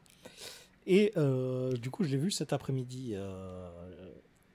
Et je tiens à faire un mea culpa. Car, Ah ouais car je n'avais, j'étais pas du tout rentré dedans. Putain, c'est le plus à gros l'époque. retournement de situation de l'histoire du Cinésphère. Mais ouais. Ah, mais là, c'est Et le. j'ai Ah, passé le un twist. très bon moment devant Oh, La La je suis Land. trop Shyamalan n'a qu'à bien se tenir, messieurs, dames. J'ai mis 8 sur 10 parce que je Ah, voulais pas le mettre putain, au-dessus de wow. Louis Pareil. Page, quand même. Mais voilà, je trouve ça bien. Déjà, moi, contrairement à Guillaume, bah, je suis amoureux d'Emma Stone. Donc, déjà, au niveau de cette actrice, je suis pas objectif. D'ailleurs, elle a joué dans pas mal de films de Yorgos Lanthimos que j'aime beaucoup. Ne parle pas de choses qui fâchent, s'il te plaît. Comme disait Benjamin, ben, moi aussi je suis un artiste, donc forcément c'est une thématique qui m'a touché. Et en plus, les comédies romantiques, ben, j'aime bien. Voilà, donc parce que j'aime bien, c'est mignon. Et du coup, C'est ça même aussi, si- pour ma part, c'est une chose qui ne m'a pas aidé à l'apprécier au premier visionnage, c'est que c'est deux... Alors, même maintenant, j'arrive à apprécier un peu plus les comédies musicales et à être moins critique dessus, en mode moins premier degré et tout. Mais c'est vrai que il y a des styles... j'aime bien tous les styles de cinéma, en vrai, mais c'est vrai qu'il y en a que j'aime un peu moins. Et c'est vrai que là, le mélange de comédie romantique que j'apprécie pas forcément et comédie musicale que j'apprécie pas forcément, c'est vrai qu'on partait mal. Après, souvent, les comédies musicales sont des comédies romantiques. Hein. Pour être tout à fait franc, tu regardes énormément de comédies musicales, il y a des histoires d'amour. Moi j'aime bien tous les Même, trucs genre même à l'époque. Hein. Coup de foudre à Notting Hill, les Ah bah, incroyable. Ça. Holiday, comment il s'appelle aussi, Love Actually, forcément excellent. J'aime bien tous ces trucs-là. Serbian Film, tout ça, ouais, c'est non. des chefs-d'œuvre du romantisme. Ouais. J'aime les films qui parlent d'amour, mais après, là, malheureusement, ça finit pas bien. J'ai un peu c'est cette mignon. frustration à la fin où je me dis, mais ils doivent être ensemble. Et je suis. Voilà. Et où je suis un peu triste. Mais pour eux, justement, mais, moi, c'est ça que j'aime bien. C'est que justement, une des raisons pour lesquelles j'aime pas les comédies romantiques, c'est le côté niais et le côté oui, bon. Bah, Ouais, c'est mais au une bout d'un comédie moment, quand romantique, l'amour du coup, est tu sais évident comment ça va entre deux finir personnes, parce que tu... tu te dis pourquoi t'es avec lui, ce gros nul là, alors que c'est lui que tu aimes. Tu vois, Mais parce que c'est pas ça la vie, c'est Ah, la bah, ouais, vie, voilà. c'est de la merde. Oui, mais justement, la vie c'est de la merde. Alors Non, les mais films, voilà, j'ai mais- envie que ce soit beau.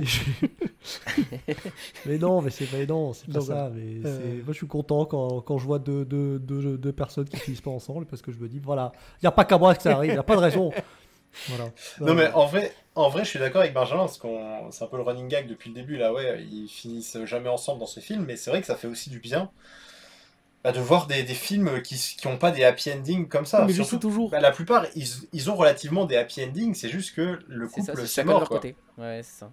Voilà, et je trouve ça bien pour une fois, parce que les films américains, souvent, c'est non, mais malgré tout, on arrive à être ensemble parce qu'on s'aime et tout, et c'est vrai que parfois c'est un peu relou, quoi, et du Oui, coup, mais ça devient trop facile de savoir comment ça va Je finir. trouve ça dommage. Et là, c'est vrai que c'est un côté surprenant.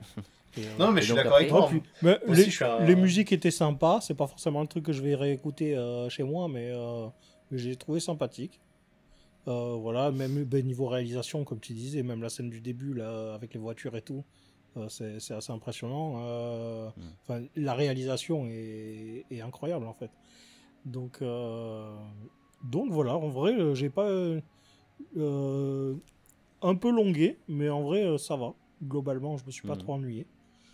C'est vrai que sur la fin, j'ai noté Ah. une petite longueur aussi. Est-ce Ça qu'on traîne, peut je trouve, un dire, peu. dans ces conditions, que en fait, quand vous l'avez découvert ensemble, c'était peut-être le cadre qui allait pas, parce que Ouais, tous les deux vous c'était- l'aviez pas aimé, et en fait, finalement, ça va. Ouais, peut-être que le lit de étiez pas dans Jérémy le- n'était pas si confortable que ça. Ou Je le- sais pas. Ouais, puis on était peut-être pas dans le mood, je sais pas. Il y a des Ouais, trucs c'est comme ça. ça des fois. Ouais, ouais. Les Netflix and chakras chill, n'étaient hein. pas, les chakras n'étaient pas ouverts. Oui, c'est ça. Depuis tout à l'heure, on parle du lit de Jérémy, c'est un peu tendancieux. Mais... Ouais, Oui, parce que c'est vrai que j'avais un ordinateur. En tout honneur. J'avais un ordinateur qui était très proche du lit et du coup je pouvais pas mettre une chaise, donc du coup il fallait s'asseoir sur le lit pour regarder un film comme ça. Vis ma vie Ouais, de ça, pauvre. ça. C'est ça. Mais après, en tout cas, moi j'avais déjà vu en 2016 quand il est sorti. J'ai aimé, mais sans plus. Et là, pareil. Hein. Donc, Ouais, c'est pas faux. C'est vrai. ça Mais a c'est parce que trop- tu l'as pas ça a vu avec trop Jérémy. changé. Voilà. Tu l'aurais vu avec Jérémy, Peut-être ça. t'aurais Peut-être que apprécié si mieux. je regarde le film avec Non, Jérémy mais- et que je couche avec lui ensuite, ça changera mon expérience. Du coup, je me dis que c'est peut-être ça. dommage que je serais bien allé le voir au cinéma ce soir, quoi, parce que j'aurais voulu le voir Ouais, au cinéma. ouais. Moi, j'ai vu 2 fois au cinéma. Voilà pour la petite histoire. Je l'avais vu une première fois avec un date et après je l'ai revu pour le plaisir tout seul. Voilà. Et c'est un film que bien sûr qui a fait un peu l'unanimité. Parce qu'il a eu 4 Oscars, dont meilleur film et meilleur réalisateur. En fait, Euh, il y a oui. peut-être ça qui a joué aussi, c'est qu'il y avait tellement une hype à cette époque-là que Ouais. quand on l'a vu, Je suis on d'accord. Ouais. s'est dit c'est pas si ouf. Alors que maintenant on a pris du recul là-dessus. Maintenant c'est plus personne ne parle de ce film. Donc on a peut-être ce truc de on regarde un film de Damien Chazelle et là du coup on l'aime beaucoup plus parce que on a moins ce truc de vraiment tout le monde disait que c'était le meilleur film du monde quoi quand il est sorti. Et du coup on était là Pour en le mode, coup, là, ouais. c'est carrément. Il s'est passé le contraire parce que c'est vrai que la première fois où on l'a vu, on s'est dit on va voir un chef-d'œuvre et du coup on avait des attentes et du coup on a vu un truc bof. Et là, moi, quand je l'ai revu, je me suis dit je vais voir un film pas ouf, mais il faut que je le voie pour le podcast et puis je vais me refaire un avis. Mais j'étais en mode. Mais c'est je ça, m'attends à le rien, fait que j'ai voire, pas aimé, j'avais à beaucoup quelque moins chose de pas d'attentes. ouf. Et du coup, la surprise est Ouais. d'autant plus grande. C'est ça. Et ça prouve aussi que les films peuvent être réhabilités. Souvent, quand il y a des gens qui ont la critique a dit c'était un film de merde et tout, et 15 ans plus tard, ça devient voilà, mais le film. Et on avait déjà fait une émission là-dessus, mais le point de vue de. Selon le mood aussi, et puis selon l'appréciation du film, sur tout ça, quoi. C'est quand on nous survend un film, on a tendance à le trouver moins bien, alors que quand on se dit ouais, bof, et en fait, on passe. Finalement, on apprécie un film qu'on partait négatif au début. Donc voilà. C'est un peu ce qui s'est passé là où je me suis dit je vais m'ennuyer pendant 2 heures et en fait du coup non. Qui sait, peut-être Parasite n'est pas si nul que ça au final. Je sais pas. Mais il n'est pas nul. Je suis là même au premier visionnage, je l'ai trouvé bien. Nous allons maintenant passer sur son donc troisième. On va dire troisième, on oublie le premier. Sur son non, troisième film, quatrième. allez, sur quatrième film, qui est donc là, pour moi, alors c'est un avis personnel, j'ai toujours pensé que ça sortait d'une blague, où le gars il est venu voir ses potes en ricanant comme ça. Eh les gars, vous savez quoi?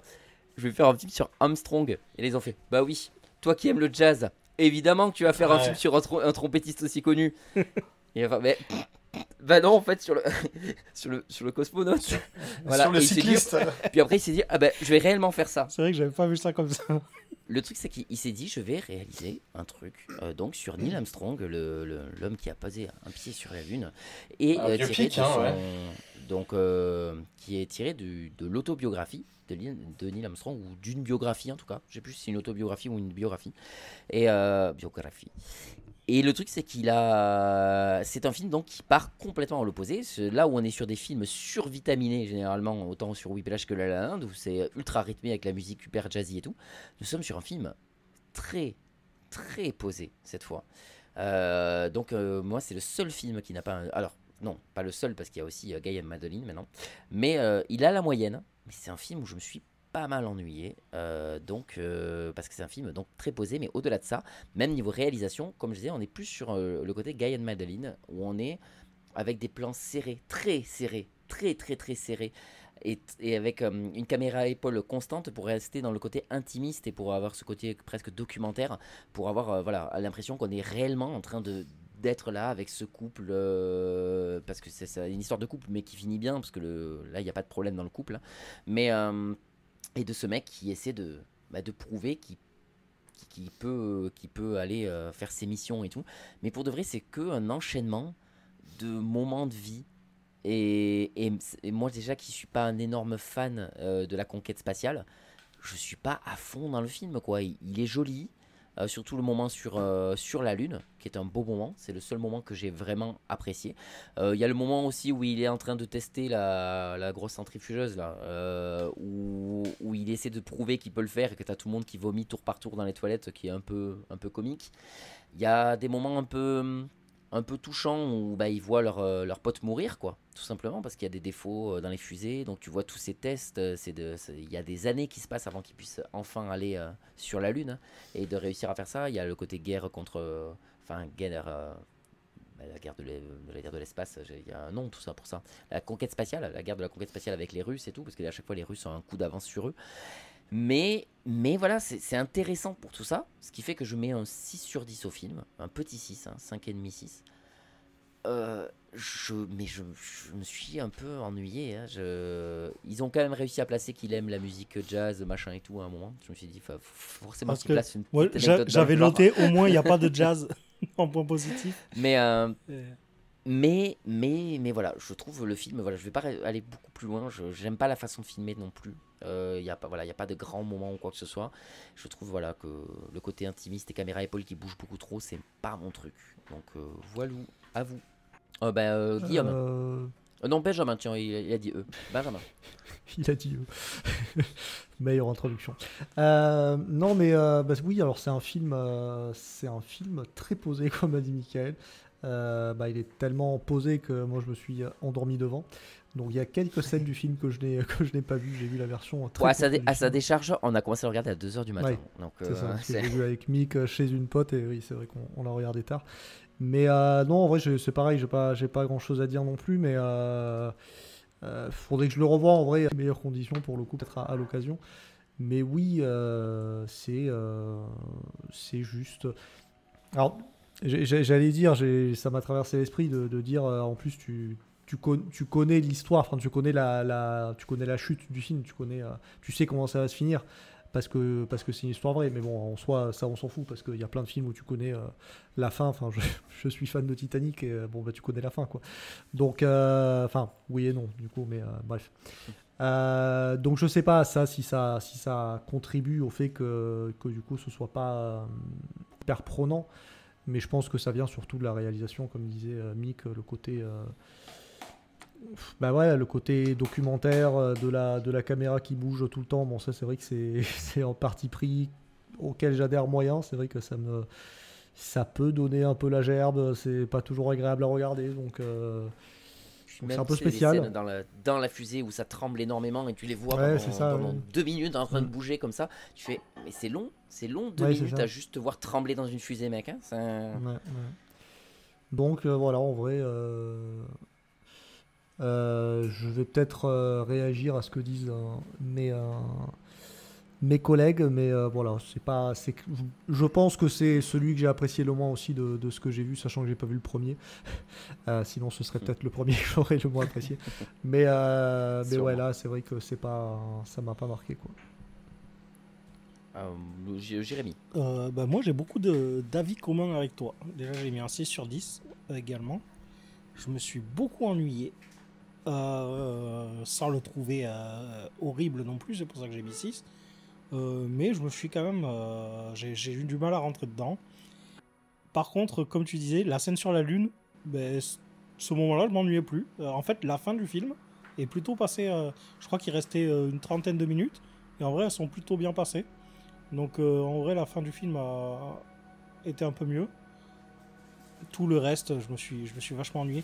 Il y a une scène, je crois que c'est celle dont tu parlais, avec l'accident quand ils sont dans l'espace. Pour le coup, j'ai trouvé assez bien parce que je trouve qu'il est très oppressant et j'étais un peu mal à l'aise, quoi. Je trouve que ils sont en train de tourner et tout, et je sais pas, je m'imagine là en train de tourner sans fin comme ça et tout. Et en fait, je trouve que Ah oui, le malaise est très bien fait en fait, parce que j'étais vraiment oppressé avec eux. Je me disais, mais ça, faut que ça s'arrête en fait, c'est insupportable. Mais c'est vrai que comme disait Benjamin, il y a malheureusement ce côté que tu sais qu'il va pas mourir. Et ça, c'est un peu dommage, tu vois, parce que tu peux pas avoir vraiment peur pour lui, tu vois. Tu as peur, tu es oppressé, c'est sûr, parce que la réalisation et tout fait que tu es vraiment oppressé. Ouais, je trouve que la tension marche bien dans cette scène-là, quoi. Attends, ouais. Guillaume. Eh ben écoutez, je me suis royalement fait chier, moi. Ouais. Je crois qu'on est tous d'accord là-dessus. C'était vraiment extrêmement long. Alors les visuels sont sympas, mais sans être extraordinaires non plus. Et vraiment, c'est fou, hein, je l'ai vu il y a 2 semaines ce film. Je ne m'en souviens absolument pas. Je ne me souviens de rien qui se passe dans ce film. Juste des bribes de scène où il rentre chez lui, il parle à sa femme. C'est tout. Et vraiment, bon bah la scène de la centrifugeuse là, pareil, où il va vomir dans les chiottes après, oui, bon bah tout ça, je m'en souviens. Mais c'est un moment où il y a le plus d'action presque, donc évidemment. Mais c'est ça. Je me souviens même pas quand il pose le pied sur la lune. Tu vois, enfin vraiment c'est. Enfin, en plus, ouais, la réplique, elle est même pas un peu iconisée, c'est vraiment genre... Ah oui, c'est vrai qu'il faut que je dise ça. C'est bizarre, parce qu'il se passe pas grand-chose dans cette scène, c'est vachement lent et tout, le temps qu'ils arrivent sur la Lune. Et pourtant, oui, c'est la partie où je me suis le moins ennuyé. Donc comme quoi, je sais pas. Bah comme quoi, hein, c'est assez inquiétant, ouais. Non mais franchement, voilà, je me suis vraiment fait chier. J'ai mis 4 au film, mais en vrai, je pense que j'aurais pu lui mettre 2 comme 6, j'ai l'impression. Il y a rien, en fait, j'ai l'impression de n'avoir rien à dire en fait sur ce film. Je ne m'en souviens absolument pas. Les acteurs ne m'ont pas marqué. Je me souviens que celui qui joue Buzz Aldrin, il me semble que c'est un acteur que j'aimais bien, mais je me souviens même pas de lui en fait. Donc c'est... Vraiment, j'ai rien retenu de ce film. Ryan Gosling, et ça, c'est les travers de Ryan Gosling. Il fait du Ryan Gosling, c'est-à-dire il bouge en gardant les yeux écarquillés et puis sans rien faire. C'est le Ryan Gosling de Only God Forgives, voilà, le mec qui a fait un AVC, qui se demande pendant tout le film s'il a bien éteint la lumière de la cuisine quand il est parti, tu vois. Et ouais, vraiment, il n'y a rien de très impressionnant dans ce film. En fait, je ne retiens rien, que ce soit la musique, les effets spéciaux, le visuel, le jeu d'acteur, le montage, il n'y a rien. Et c'est ça m'a presque étonné. J'aurais pas su que c'était Damien Chazelle qui l'aurait réalisé, j'aurais même pas capté, parce que d'habitude, il a une réalisation vachement marquante, quoi. Que là, ah bah ouais, clairement. Hein. Là, il y a rien. Et puis passer de First Man à Babylone, mon gars, faut s'accrocher. Hein. C'est vraiment c'est le jour et la nuit. De La La Land à First Land, déjà, enfin, il y a un grand écart dans la photographie, là. Oui, déjà. Mais ouais. Du coup, voilà, First Man, moi, m'a laissé un peu pantois, on va dire. Et oui, j'ai utilisé le mot pantois en 2025. Et franchement, oui, ça m'a un peu... Ouais, ça m'a saoulé. Et j'ai mis 4, du coup. Voilà, je sais même plus si j'avais déjà dit ma note ou pas, mais j'ai mis 4. Donc pour moi, c'est voir 7, 8, un truc comme ça sur 20. Ouais, vraiment assez déçu. Et je me suis bien fait chier, plus que devant Ad Astra, voilà, par exemple. Qui lui avait au moins le mérite d'avoir un minimum d'action dedans. Mais si tu avais vu Guy and Madeline, tu aurais relativisé. Oui, probablement, oui, c'est possible. Je sais que c'est comme ça qu'on m'avait vendu le film. Ouais, un pote qui avait vu le film avant moi et qui m'avait dit il est chiant ce film, c'est juste une succession de scènes avec Ryan Gosling et qui bouge pas et qui a l'air d'être là mais sans trop savoir pourquoi il est là. Et c'est vrai que ça peut disons que c'est pas le film à montrer aux gens qui disent que Ryan Gosling sait pas jouer parce qu'il fait tout le temps la tête et qu'il a pas d'expression. C'est vrai que tu peux pas montrer ce film pour dire mais si regarde, et après tu vois le film et non mais c'était pas regarde First Man, Only God Forgives et Drive et tu verras là, c'est la quintessence de Ryan Gosling. C'est quand même rare qu'on soit tous unanimes sur un film. Ouais. Mais là même pour un réalisateur, à part La La Land, pour l'instant, on est quand même plutôt unanime. Hein. Et même La La Land, il a pas détesté Guillaume, tu vois. Ouais, mais on a quand même des avis assez différents. Plutôt... Et là... Attends, parce qu'il reste Babylone. Hein. Ouais, c'est ça, c'est ce que j'allais dire. Il me tarde. Ben, on va y passer de suite. De toute façon, First Man, on est tous d'accord pour dire que c'est malheureusement assez oubliable. Et on commence aussi à être dans la débandade des Oscars pour ce réalisateur, parce qu'il a gagné qu'un Oscar sur celui-ci, qui était l'Oscar des meilleurs effets visuels, et sûrement pour la fin du film, parce que tout le reste, il n'y a pas grand-chose. C'est déjà beaucoup. Attends, il est sorti en quelle année ? Il est sorti en quelle année ce film ? 2018, 2 ans après La La Land. Et ensuite... C'est là que tu as des endgames et des trucs comme ça au cinéma, hein, et c'est lui qui a les meilleurs effets visuels, donc... C'est ça. Mais c'est que tu relativises, c'est quand tu dis, et là c'est la débandade pour lui, pour les Oscars, il en a eu qu'un. Ouais, mais c'est ça. Non, mais ce que je veux dire, c'est qu'il est passé de 2 à 4. Oui, oui. Là, il en a un. Et le tout dernier donc film qu'il a sorti depuis, qui est Babylone, qui a été nommé aux Oscars, mais nommé pour meilleure bande originale, meilleur décor et meilleur costume. Et je peux comprendre, parce qu'il y a de beaux décors, de beaux costumes, la musique aussi. Mais même pas pour meilleur réalisateur ou pour meilleur film. Donc déjà, il était assez boudé de base. Et il n'a gagné rien du tout. Parce que, en effet, ce film a fait quand même, à l'époque, un petit tollé. Parce qu'il y a ceux qui adorent ce film, comme moi. 10 sur 10, voilà, on repart sur les notes de base. Et il y a ceux qui détestent ce film. C'est rare qu'il y ait un entre-deux. Et essentiellement aux États-Unis. Aux États-Unis, il a fait un four pas possible. Et en France, ça a été un carton incroyable. C'est même, il a remercié son public français pour avoir dit, mais heureusement qu'il a autant marché en France. Mais parce qu'en France, on aime bien, parce que c'est quand même un film qui tape pas mal sur le Hollywood de l'époque.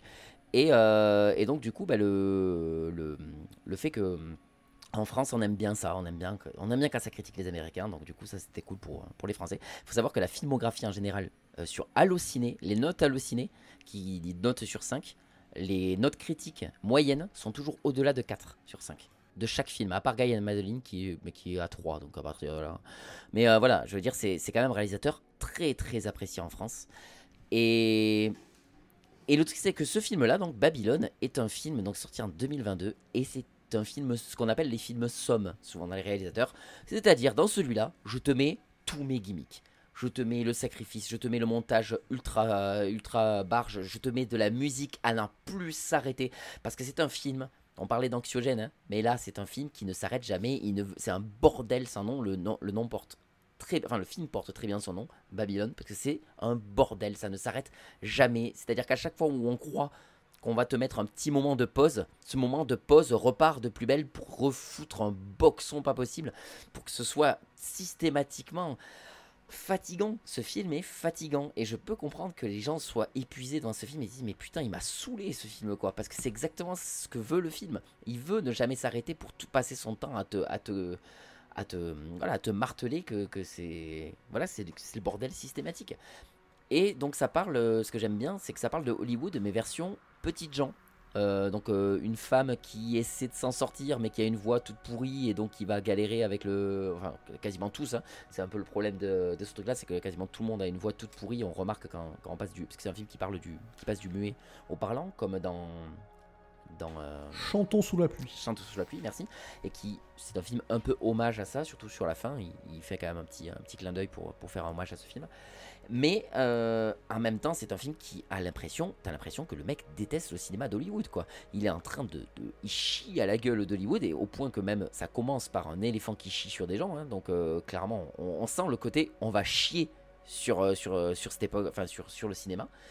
Et ça montre, et c'est un film qui est vu à travers un latino, à travers une femme, à travers un jazzman noir, et en fait on va pas être dans les grands, on va être que dans les petits. On va vous montrer les grouillots de cette époque-là, on va vous montrer ceux qui galèrent, on va vous montrer ceux qui en veulent en tout cas, et parce que tous en veulent, ça ne s'arrête jamais. Et là vraiment je pourrais détailler scène par scène, je vais pas le faire parce qu'on va pas faire 3 plombes sur ce film, mais c'est encore un film que je trouve d'une folie et alors ça vaut pas La La Land au niveau de la technique, mais en tout cas le film est grandiose.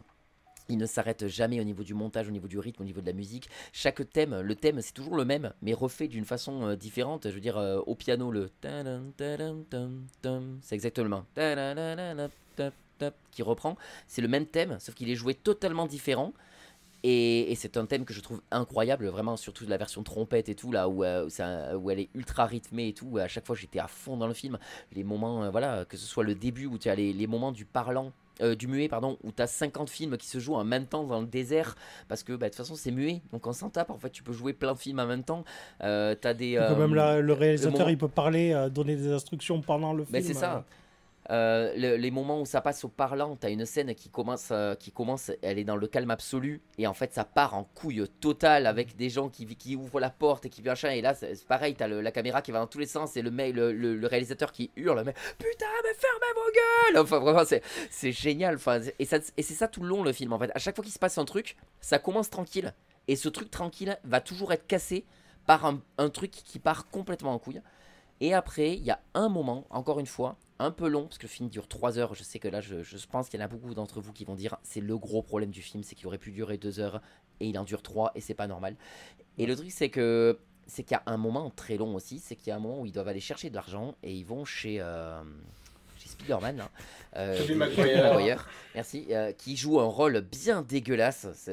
Vraiment jamais j'aurais imaginé Tobey Maguire jouer un rôle un peu comme ça. Spider-Man en fin de vie quand même. Hein, ouais, c'est ça.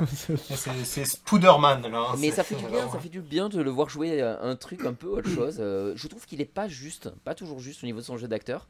Mais tu sais, il joue un peu le mec un peu fou et il a ce rire de faire rire comme ça et je trouve qu'il le fait pas très bien. Mais j'aime bien. Il y a une prise de risque que je trouve. Il très le cool fait mal, mais c'est bien. Et ouais, franchement, je le trouve quand même plutôt David Godenov sur le coup. Mais ce moment-là, j'ai eu l'impression de voir un peu Eyes Wide Shut, c'est-à-dire le grand moment où tu te dis mais qu'est-ce qui est en train de se passer dans Eyes Wide Shut. Donc c'est la grande scène qui se passe dans le club échangiste un peu chelou là et tout, qui est très long. Et t'as l'impression de voir un autre film dans le film. Ben, j'ai eu cette sensation dans Babylone, de voir un autre film dans le film, à me dire c'est long et on est dans les bas-fonds d'Hollywood. C'est vraiment, mais qu'est-ce qui se passe en fait? J'ai l'impression de plus du tout voir le même film quoi. Mais voilà, ça fait 3 fois que je vois le film et pour cette 3e fois, je l'ai un peu plus.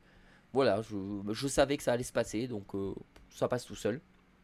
Mais il y a encore une histoire d'amour impossible, sauf que là, il n'y a jamais réellement l'histoire d'amour. C'est plutôt un mec amoureux d'une fille qui, elle, n'est pas amoureuse de lui. Et qui passent leur temps à se croiser dans ses vies. Et en fait, le problème, c'est que je peux pas en parler parce qu'il y a trop de choses. Ça ne s'arrête tellement jamais. Il y a tellement d'événements systématiques dans ce film. Bien sûr, il y a aussi, j'ai même pas mentionné qu'il y avait Brad Pitt dans ce film, qui a un rôle assez incroyable. J'aime énormément son rôle. Il me touche beaucoup. Je trouve que c'est une personne qui perd tout pour lui. C'est-à-dire qu'en passant du muet au parlant, les gens commencent à se foutre de sa gueule. Il jouait que pour ça en fait. Sa vie c'était être acteur. Ça c'est justement un truc dont j'avais entendu parler. Je sais plus, c'était un acteur, une actrice qui avait vu sa carrière complètement arrêtée en passant au parlant parce que tout le monde a remarqué qu'elle jouait comme une patate. Les trois quarts des choses qui se passent dans ce film sont vraies. C'est pas les mêmes personnages, ils ont pas le même nom, ils sont complètement rejoués, ils sont de fiction, mais ils sont inspirés même par exemple au tout début, dans le gros bordel du début, la grosse orgie là, dans le début, le gros là, qui a tué une prostituée, il dit je sais pas ce qui s'est passé machin et tout. C'est vrai, c'est quelque chose qui a vraiment été dans une grande fête avec une prostituée qui est morte et tout. Donc les 3 quarts des choses que vous voyez dans ce film sont vraies, c'est juste que c'est fait avec des personnages de fiction. Voilà. Et moi je crois que c'était une actrice justement qui comme ça où du coup sa carrière avait dégringolé à ce moment-là. Je vais vous laisser en parler. On va commencer par Benjamin parce que toi ça fait donc depuis 2022 que tu ne l'as pas revu. Et alors je vais peut-être plus te dire ce que tu en avais pensé à l'époque. Peut-être que tu te rappelles pas dans le détail, mais voilà. Oui, après je répondrai peut-être à ce que vous dites. Mais non, moi j'avais beaucoup aimé. J'y étais allé sans trop d'attente pour le coup. Parce que c'est vrai que moi j'y suis allé assez tôt hein, quand il est sorti, j'y suis allé assez vite. Donc j'avais pas encore de préjugés que ce soit mauvais ou pas, que ce soit mauvais ou pas bien, j'allais dire, que ce soit mauvais ou bien. Voilà, c'est après que je l'ai vu et du coup là je suis vraiment pas d'avis et pas d'attente, donc ça c'est ça qui est cool. Est-ce que si je l'avais vu une fois que tout le monde avait dit que c'était nul parce que mis à part en France, mais c'est vrai que il y avait quand même pas mal d'avis mitigés, donc est-ce que là, si je l'avais vu après, est-ce que j'aurais eu ce truc de me dire ouais, je suis pas trop, peut-être que ça va pas être bien et tout. Là, j'y suis vraiment allé en me disant, sachant que voilà, je suis pas fan de Damien Chazelle, donc j'ai pas, quand il sort un film, j'ai pas forcément d'attente à ce niveau-là. Mais là, je savais qu'il y avait notamment le casting qui était quand même assez alléchant. Notamment Brad Pitt, parce que j'adore ce mec. Mais non, moi j'avais passé un très bon moment. Alors oui, il fait plus de 3, oui, il fait grosso modo 3 heures, un peu plus, mais en vrai, moi je suis assez sensible quand les films sont longs et au niveau rythme et tout, je suis assez critique là-dessus. Mais moi je l'avais pas trouvé si long que ça. Alors en vrai, j'avais mis je crois que c'était un gros 8 voire un 9, donc c'est quand même que j'avais pas mal apprécié. Ah oui, tu vois, je croyais que c'était un 10 que tu avais mis à l'époque. Non, alors ça doit être un 9 alors, parce que je crois pas avoir mis. Je sais que quand tu l'as vu, tu l'avais encore plus apprécié que moi, donc c'est peut-être. T'as mis un 10, donc j'ai dû mettre un 9. Mais non, non, moi, bah, pareil, le côté hommage au cinéma, notamment à la scène de fin, je m'en souviens très bien. Enfin, ouais. Ouais, et le côté, enfin voilà, Avec le montage, ouais, le montage à c'est fond, toujours, enfin quand t'as une passion, donc là en l'occurrence le cinéma, c'est vrai que quand tu vois quelqu'un qui est passionné de la même passion que toi, mais dans la passion que tu vis, donc là c'est-à-dire que t'as un acteur qui est passionné de cinéma et du coup pendant tout le film, bah, son rêve c'est le cinéma et après il finit et du coup tu vois tout un film sur le cinéma et après lui-même finit dans un cinéma en train de regarder un film et du coup il y a plein de trucs sur le montage de plein de films cultes et tout, et du coup tu te prends ce bain de passion et de tout l'amour que porte Damien Chazelle pour le cinéma, et tout, tu te prends ça en pleine face, et c'est vrai que c'est très très très beau et très très prenant. Donc oui, peut-être que j'avais trouvé peut-être un poil long, mais vraiment ça c'est pas un truc qui m'a marqué. Donc non, moi j'avais quand même été pris. Puis pareil, je me souviens, et là en parlant de la longueur, je pense qu'encore une fois, il y a ce côté rythme qui s'arrête jamais, parce que c'est vrai que c'est long, mais je me rappelle pas de moments chiants à proprement parler.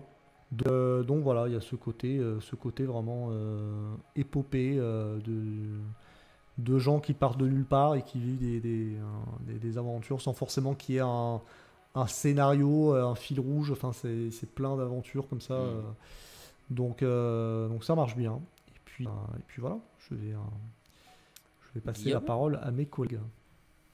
Bah, je suis pas tout à fait d'accord avec vos notes. C'est vrai que le film a un rythme assez fou. Alors désolé Mickaël de te contredire, mais c'est vrai que je comprends ceux qui ont adoré ce film, ceux qui l'ont détesté. Moi je suis vraiment dans l'entre-deux. Il m'a Ah un ouais. peu... En fait, j'aime beaucoup l'originalité du film et je lui reconnais sans problème. C'est vrai que c'est un côté très original. Je déteste en ce moment, j'en peux plus des films de 2 heures, même plus de 2 heures. Enfin, pour moi, vraiment aujourd'hui, j'ai une limite. Genre 2 heures, c'est même trop pour un film. Ça me manque les films d'1 h 30, 1 h 45. Et là, c'est vrai que quand j'ai dû me farcir un film de 3 h 08, un truc comme ça, j'étais là, oh non, pitié, par pitié. Des fois, je vois un film, il Stop. fait 1h20, je me dis, oh cool. Et je me le mate juste comme ça.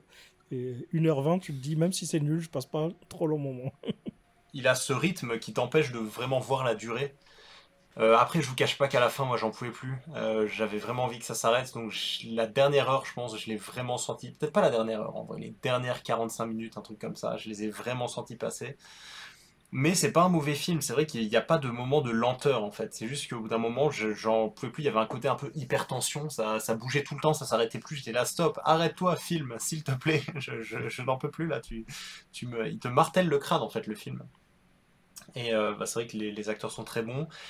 Les personnages un peu moins, c'est vrai que le personnage de Brad Pitt, je l'ai bien aimé. Après le personnage là, du héros, là, je sais plus comment il s'appelle, là, Manny? le Mexicain, ou je sais pas trop Manny, ouais. quoi. Ah, je l'adore. Euh, Je trouve excellent, je trouve j'ai, super bien dirigé et j'adore son personnage et j'adore son jeu.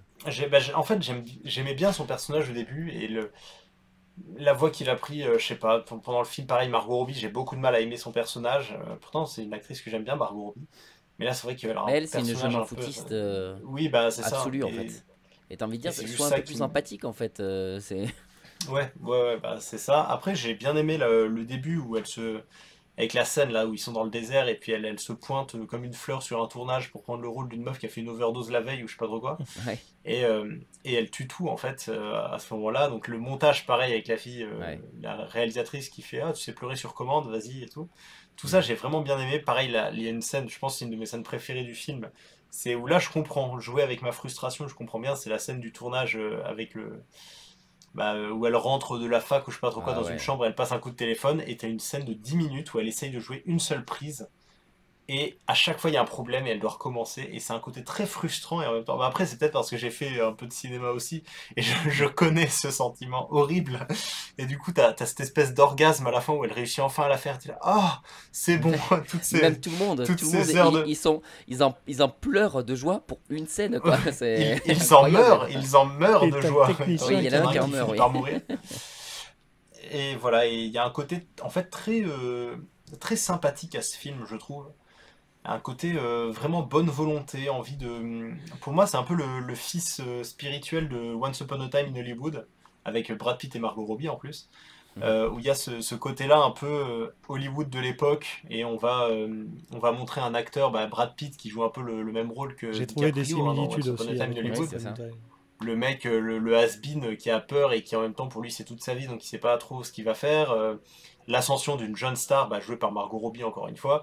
Enfin vraiment il y a tout ce côté-là que je trouve assez intéressant. Après c'est vrai que j'ai adoré Once Upon a Time in Hollywood, c'est un de mes films préférés, si ce n'est mon film préféré. Et lui Babylone, c'est vrai que au bout d'un moment, je voulais vraiment que ça s'arrête. C'est vrai que la scène de fin avec le Manny, c'est ça, qui va au cinéma et qui regarde, voilà, enfin, ça m'a vraiment fait penser pareil à la fin de La La Land. J'ai vraiment trouvé ça bien. Et je crois que c'est pareil. Pour moi, c'est à peu près pareil que La La Land. C'est un 11-12, on va dire, le film. Sans plus, sans moins. Peut-être que c'est le genre de film que je pourrais revoir un jour, mais bon, peut-être pas tout de suite, parce que c'est vrai que ça faut s'accrocher quand tu regardes ce film. Mais en tout cas, c'est un film assez intéressant et assez original. Et ça, j'aimerais vraiment lui reconnaître. C'est vraiment un film original. Et je respecte. Du coup, c'est pour ça que c'est plus que la moyenne. Mais c'est vrai que l'expérience pour moi, elle a été assez difficile, quoi. Ça me fait plaisir. Ça me fait plaisir qu'on respecte ce réalisateur. Jérémy. Oui, alors moi j'ai mis un 7 sur 10.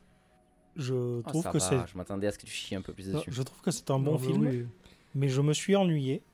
J'ai pas réussi à rentrer dedans beaucoup. Mais je n'exclus pas que ce soit dû à mon mood. Donc je pense qu'un jour je le reverrai pour me refaire un avis. Peut-être que. Parce que je reconnais les qualités du film. Je vois ce qui est bien. C'est juste que là j'étais pas dedans. Donc je sais pas si c'est Est-ce que dû tu l'as au film. regardé sur ton lit? Ça joue, j'ai sur mon clic-clac, quoi, parce que j'ai que ça. Ah non, c'est pas ça. C'est un canapé. Tu m'as perdu, du coup. J'étais. Pour une blague nulle en plus, je suis désolé. Non, voilà, c'était. Alors, tu dis, elle a une voix de merde, Margot Robbie. Moi, je sais pas, je l'ai vue en VF avec la voix de Dorothée Pousseau. Non, c'est ce qu'ils disent tous. Ah. D'accord. Et dans le truc, ils disent en gros, elle a une voix de cresserelle, c'est horrible, sa voix. Okay. C'est pas, voilà. Du coup, je sais pas ce que ça donnait en VO. Non, moi, elle me fait pas défaut sa voix parce que je connais sa voix. Ouais. Mais tu te mets plus dans le. C'était plus l'optique des gens à l'époque en fait. C'est-à-dire qu'ils s'étaient fait une image des personnages et quand ils parlent pour de vrai, ils font ah mais c'est ça la voix du. En fait, c'est pas qu'ils ont une voix de merde. Pour de vrai, je pense que c'est plus. Et surtout le jeu qui est. C'est pas à ça qu'ils s'attendaient. À l'époque, on n'avait pas le acteur studio comme aujourd'hui où il y a vraiment une technique pour jouer au cinéma hollywoodien. C'est vraiment. Avant, ils savaient pas jouer oralement. Ils avaient physiquement, ils savaient jouer, mais après, vocalement, ils savaient pas quoi faire. Donc c'était. Ouais, il a fallu du temps avant de bien gérer ça. Voilà, qu'est-ce que je peux dire de plus alors je vais regarder un petit peu. Au niveau des rythmes, du rythme entre guillemets, comme on disait, de chaque scénette, le côté un peu anxiogène, presque ultra vénère du film, ça t'a plu? Ça, j'ai pas trop fait attention, j'ai surtout trouvé qu'il était long. S'il avait duré 1 heure de moins, j'aurais peut-être plus apprécié. Ah, là j'avais bien qu'il y a quelqu'un qui le dirait. J'ai envie d'y croire, mais il y a des gens qui disent que c'est un film qui va devenir culte. Il y a plein de gens qui, comme moi, l'adorent vraiment et qui pensent qu'il va pas tomber dans l'oubli et que les gens vont lui redonner une seconde chance dans 15 ou 20 ans en disant en fait ce film il était précurseur, il avait vu des choses, il était super bien. Et il y a des gens qui le pensent, peut-être qu'ils se plantent complètement, hein. Mais j'en rêve que après, ce soit le cas.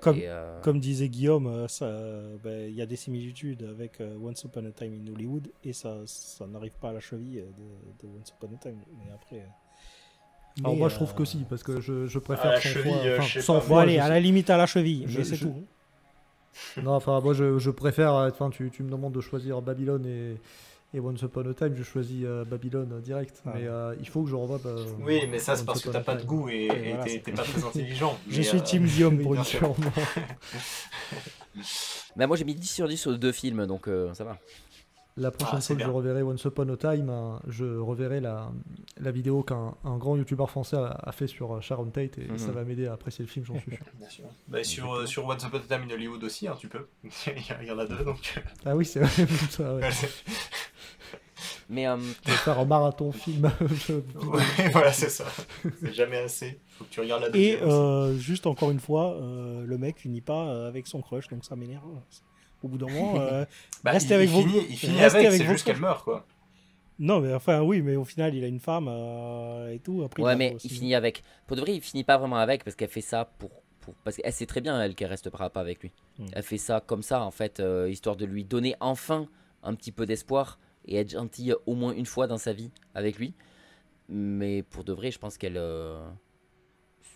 s'en fout. Elle sait pertinemment qu'elle va jamais se le taper. Elle sait pertinemment qu'elle partira jamais au Mexique et qu'elle va crever quoi. Donc. Mais je crois que c'est ça en fait Elle se barre. que Déjà, elle se que barre j'aime tout pas le avec ce personnage, c'est elle est trop impulsive, elle est trop ouais je m'en foutisse, et puis pareil la scène du serpent, je dis ah, mais qu'est-ce qui se passe là où elle se fait mordre Oh, par non. le serpent, je dis mais Elle what est the assez fuck, insupportable. Ouais bah c'est ça. Puis en même fait, elle est un le peu moment où elle insupportable. va vomir et tout, où elle est dans un truc gandé, tu fais ok que tu renvoies chier tout le monde. Pourquoi pas? Ah Mais oui, t'en es au mais point oui. d'être une grosse dégueulasse qui va vomir en plein milieu de tout le monde. Comment Enfin, j'ai ça- pu oublier Ça, ça, bah c'était oui. la scène de trop, je trouve. C'est quand elle revient. Oui oui. Là, j'étais là, non, vraiment, là, on est encore sur les blagues vomies, là. On dirait un teen movie des années 90, là. Entre le caca Non, de c'est l'éléphant et le Blague vomi de vomi, Margot dit la Robbie. blague vomi. Moi c'est exactement ce que je voulais dire, merci de l'avoir souligné. Je trouve qu'il y a un énorme côté un peu crasseux dans ce film. Alors j'ai bien conscience avec les orgies, etc. Il y a le côté, ah ouais, on est des vieux sales, ouais, pisse-moi dessus, etc. Ça, je peux passer dessus, mais même de manière générale, enfin, tu vois, l'éléphant qui va chier sur un pauvre gars au début du film, t'es là, genre, quoi? Après, elle qui va vomir sur les gens, et puis tu sais, c'est long, c'est pas genre, bah, et tu sais, une petite Ouais. claque par terre, non, c'est vraiment genre, bah, Tu en vois mode l'exorciste. ça, c'est elle est l'exorciste, filmée de quoi, profil, tu sens le jet qui est juste à côté de la bouche là, Ouais, et ouais. qui est vomi comme ça, c'est très mal fait je trouve. Et puis, ouais, c'est vraiment l'exorciste, et il y a ce côté un peu, ouais, crasseux pendant tout le film, un peu bizarre et tout, et puis que dire du personnage de Tobey Maguire, qui est aussi une espèce d'immondice de la crasse, vraiment. Ouais. Mais ouais, c'était assez particulier. Ouais. Physiquement, il m'a presque fait penser un petit peu au personnage dans Harry Brown, le dealer là. Oui. Tu sais, vraiment ce côté dégueulasse Ouais. avec une petite voix. Mais après, je trouve son ouais. maquillage pas très réussi pour le coup. Parce que les dents jaunes, Ouais. à la limite, je veux bien y croire, mais c'est vrai que le teint pâle, tu sens vraiment qu'il a une maquilleuse qui passait entre les scènes pour les Ah, mais moi je l'ai pas vu comme ça. Moi je voyais un peu comme le mec qui s'est lui-même maquillé à l'arrache, tu sais, comme s'il se prenait pour un mec de la haute. Mais version. Je l'ai vu comme ça en fait, moi. Que le gars il se maquille non. lui-même, tu vois, avec Moi, un je le côté voyais, un peu. je l'ai plus Je vu me la comme, pète ouais, un peu quoi. on veut le grimer en mode je prends Ah pas le ouais. soleil et je suis un crasseux faible, quoi. Ah ouais, j'avais pas vu ça comme ça. Ouais. Ok. Je sais pas, ouais. Peut-être, c'est possible. Hein. Vaut mieux Enfin- que ce soit ma façon de Ouais. voir les choses pour Et puis imaginer surtout qu'il est- la scène dans les Oui, catacombes. bah, c'est ça, hein. que c'est fait exprès, mais. La Tu vois, scène de dans toute les façon, tu fermes catacombes les yeux est sur bien tous les dégueulasse défauts des aussi. films de Damien Chazelle pour mettre des qualités à la place en disant ah non, mais c'est génial, ça montre qu'en fait il s'est lavé, et puis là il fait exprès de mal jouer non, cet par contre, acteur. en parlant de maquillage, il y a un moment incroyable aussi, c'est le moment où il demande au noir de se maquiller en noir. Parce qu'il n'est pas assez noir. Et qu'il est là, Oui. mais jamais de ma vie je vais faire ça en fait. Et qu'il est. Et en plus, tu sais, il joue avec sa. Là, c'est Manny, c'est le moment où il devient un vrai connard. Parce qu'il joue en disant ouais, mais tu sais, si tu le fais pas, ben, on pourra pas faire le film. Et donc tout le monde va perdre. Ils ont besoin d'argent, ils ont besoin de nourrir leur famille. Et tout le monde va perdre ça. Et juste parce que t'as pas voulu te maquiller, quoi. Et là, tu fais ah oui, d'accord, t'es passé du côté obscur de la force, toi, espèce de gros connard. Ouais, mais après, c'est horrible ce que t'es en train de dire. un black qui Mais fait une c'est- blackface au final, est-ce que c'est grave? Non, Mais c'est ce il qu'il peut. essaie de lui dire. Non, mais c'est ça qui est horrible. C'est-à-dire que déjà, être noir à cette époque-là, c'est compliqué aux États-Unis et tout. Mais là, d'un côté, les Blancs le rejettent parce qu'il est noir. Et à un moment où on pourrait se servir, enfin, il pourrait être fier de sa couleur et tout, on lui dit Il est non, pas assez c'est noir. pas assez noir en fait. C'est-à-dire qu'il n'y a c'est vraiment ça. rien qui va. Quoi. Mais en tout cas, ouais, du coup, voilà, pour moi, enfin, c'était des films assez réussis dans l'ensemble. Et bah, vous l'aurez peut-être remarqué, mais malheureusement, ça fait depuis Whiplash, j'ai fait que diminuer. Bon, sauf pour Babylon et First Man où ça a inversé, mais ouais, c'est vrai que First Man, c'est un peu le point noir dans sa filmographie. Je comprends pas trop ce qu'il a voulu faire avec. Après, Whiplash, j'aime beaucoup. Ça, c'est un film que je reverrai sans aucun doute. Mais ouais, les autres, je sais pas. J'avais bien fait mes pronostics parce que quand on avait dit, tu m'avais dit, il y en avait un qui sortait du lot. J'avais dit, je suis sûr, c'est Whiplash parce que clairement, enfin, pour moi, il est difficile à ne pas aimer presque. J'ai envie de dire Whiplash. Il est vraiment, c'est un peu pour moi son chef-d'œuvre. Pour de vrai, je peux comprendre. C'est vraiment bien. Bah oui, et c'est c'est dur de passer clairement comme ça. son Après, chef-d'œuvre. pour moi, voilà, La La Land, c'est mon. Enfin, pour de vrai, je sais pas si je peux vraiment dire que j'ai un préféré entre Whiplash, La La Land et Babylone. Je les aime vraiment différemment chacun des films. Ah bah, c'est normal. Après, comparer La La Land et Babylone, c'est peut-être plus envisageable parce que Oui, c'est Whiplash, vrai. c'est vraiment un film un peu à part. Ouais, c'est vrai. Et c'est pour ça Mais que en tout cas, je suis d'accord, ouais, un très bon film. j'ai du mal à cerner un peu Damien Chazelle en fait, parce que il y a des. Tu vois un film de Tim Burton, tu sais que c'est lui, quoi. Tu vois la patte, même Tarantino, des trucs comme ça. Oh, mais non, je suis pas d'accord. Lui, Ça je se trouve sent que. quand même. Non, je sais pas, je trouve qu'il y a trop de différences dans ses films. Et j'ai du mal à vraiment. À part vraiment ceux où ça parle vraiment de jazz et tout, tu fais ok, là c'est Damien Chazelle. Mais je sais Enfin, pas, même mais même Babylone. Babylone, hein, Babylone, ça se sent euh, quand même le côté bah, sacrificiel, le côté moi je le vois comme ça, surrythmé, je me dis la pas, musique, je me dis pas, tiens, c'est le mec de Whiplash, quoi. Quand je le vois comme ça, Ah ouais. je me dis pas, tiens, Moi, je trouve Bah, ça se après, ressent. First moi. Man, c'est encore je différent. pense que c'est ce qu'il a essayé de faire aussi au niveau First Man. Je pense que c'est un gars qui peut avoir sa patte parce que Michael voit certains trucs qui reviennent dans les films et tout. Mais je comprends un peu Jérémy dans le côté, c'est pas une patte aussi marquée que oui, évidemment, il prend Tim Burton comme exemple. Mais je pense que c'est aussi quelqu'un qui, des fois, aime bien changer. Et je pense que c'est ce qu'il a voulu faire pour First Man. C'est pour ça que ça fait un peu tâche dans sa filmographie. Mais je pense que c'est quelqu'un aussi qui n'a pas forcément envie Il de veut pas toujours rester, faire la ouais. même chose. Voilà. Mm. Et je pense que First Man, il y avait peut-être un côté un peu challenge en mode bah, vas-y, je vais faire un truc qui est totalement différent de mes deux films précédents. Et il aurait pas Et dû. puis je vais tester. Et puis bah non, mais non. Moi je oui, suis toujours content quand C'est les bien gens font qu'il des teste. choses différentes, même si c'est nul. Plutôt que de dire fais tout le temps la même chose. Moi je Oui, sais qu'il que j'aime bien s'enferme dans son l'originalité et confort. les choses qui changent. Ouais. Eh bien, super. On va s'arrêter là. On a fait quand même une jolie émission. Je suis content parce que dans l'absolu, voilà, je suis ravi. Je pense que vous l'avez surtout remarqué avec La La Land, que je suis ravi d'avoir parlé de ce réalisateur que j'aime énormément. Pour de vrai, Babylone, je pourrais faire une émission entière pour parler que de ce film. Là, j'ai vraiment pris que la surface pour essayer de pas faire quelque chose de trop long non plus.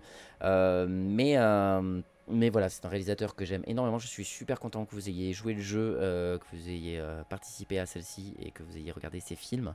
J'espère que vous aussi, quand même, vous êtes content d'avoir découvert un peu ce réalisateur. Est-ce que ça vous donne envie, par exemple, là, prochain film qui sort, je ne sais pas ce que c'est, est-ce que vous vous dites, tiens, pourquoi pas? Est-ce que c'est un réalisateur, pas forcément au cinéma, mais je veux bien voir ce qu'il fait. C'est quelqu'un que je veux plutôt bien suivre. Dites-moi. Moi, oui, en vrai, oui, ça m'intéresse. Après, le problème, c'est que bah, vu que ces 3 derniers films, j'ai pas été vraiment fan, j'ai un peu peur de voir ce que va donner le dernier. S'il est toujours dans ce genre un peu épileptique, mais oui, après, je me dis, ça me fait plaisir de lui donner de la force, on va dire, et puis d'aller voir ses films au cinéma, quoi. Donc, je dirais oui, pourquoi pas, oui, je pense que je serais partant, ouais. Ok. Moi, c'est vrai que pour la raison que j'ai évoquée sur le fait qu'il aime bien changer les trucs, et ça, j'aime bien. J'aime bien, soutenir les gens qui font des trucs qui changent, surtout sans vouloir faire le vieux con, mais c'est vrai que dans une époque où on ressort un peu des trucs un peu réchauffés, on aime bien la nostalgie et tout, on fait des remakes, on fait des suites et tout. Donc c'est vrai que dès que tu vois quelqu'un qui fait un truc différent, même par rapport à sa propre filmographie et sa politique des auteurs et tout, bah je suis carrément preneur, donc j'ai envie de soutenir ça. Donc c'est vrai que je suis curieux, ne serait-ce que pour ça aussi, de me dire, ok, il a fait Babylone, il a fait une comédie musicale, il a fait un truc un peu plus sombre avec Whiplash, et puis il a fait First Man à côté.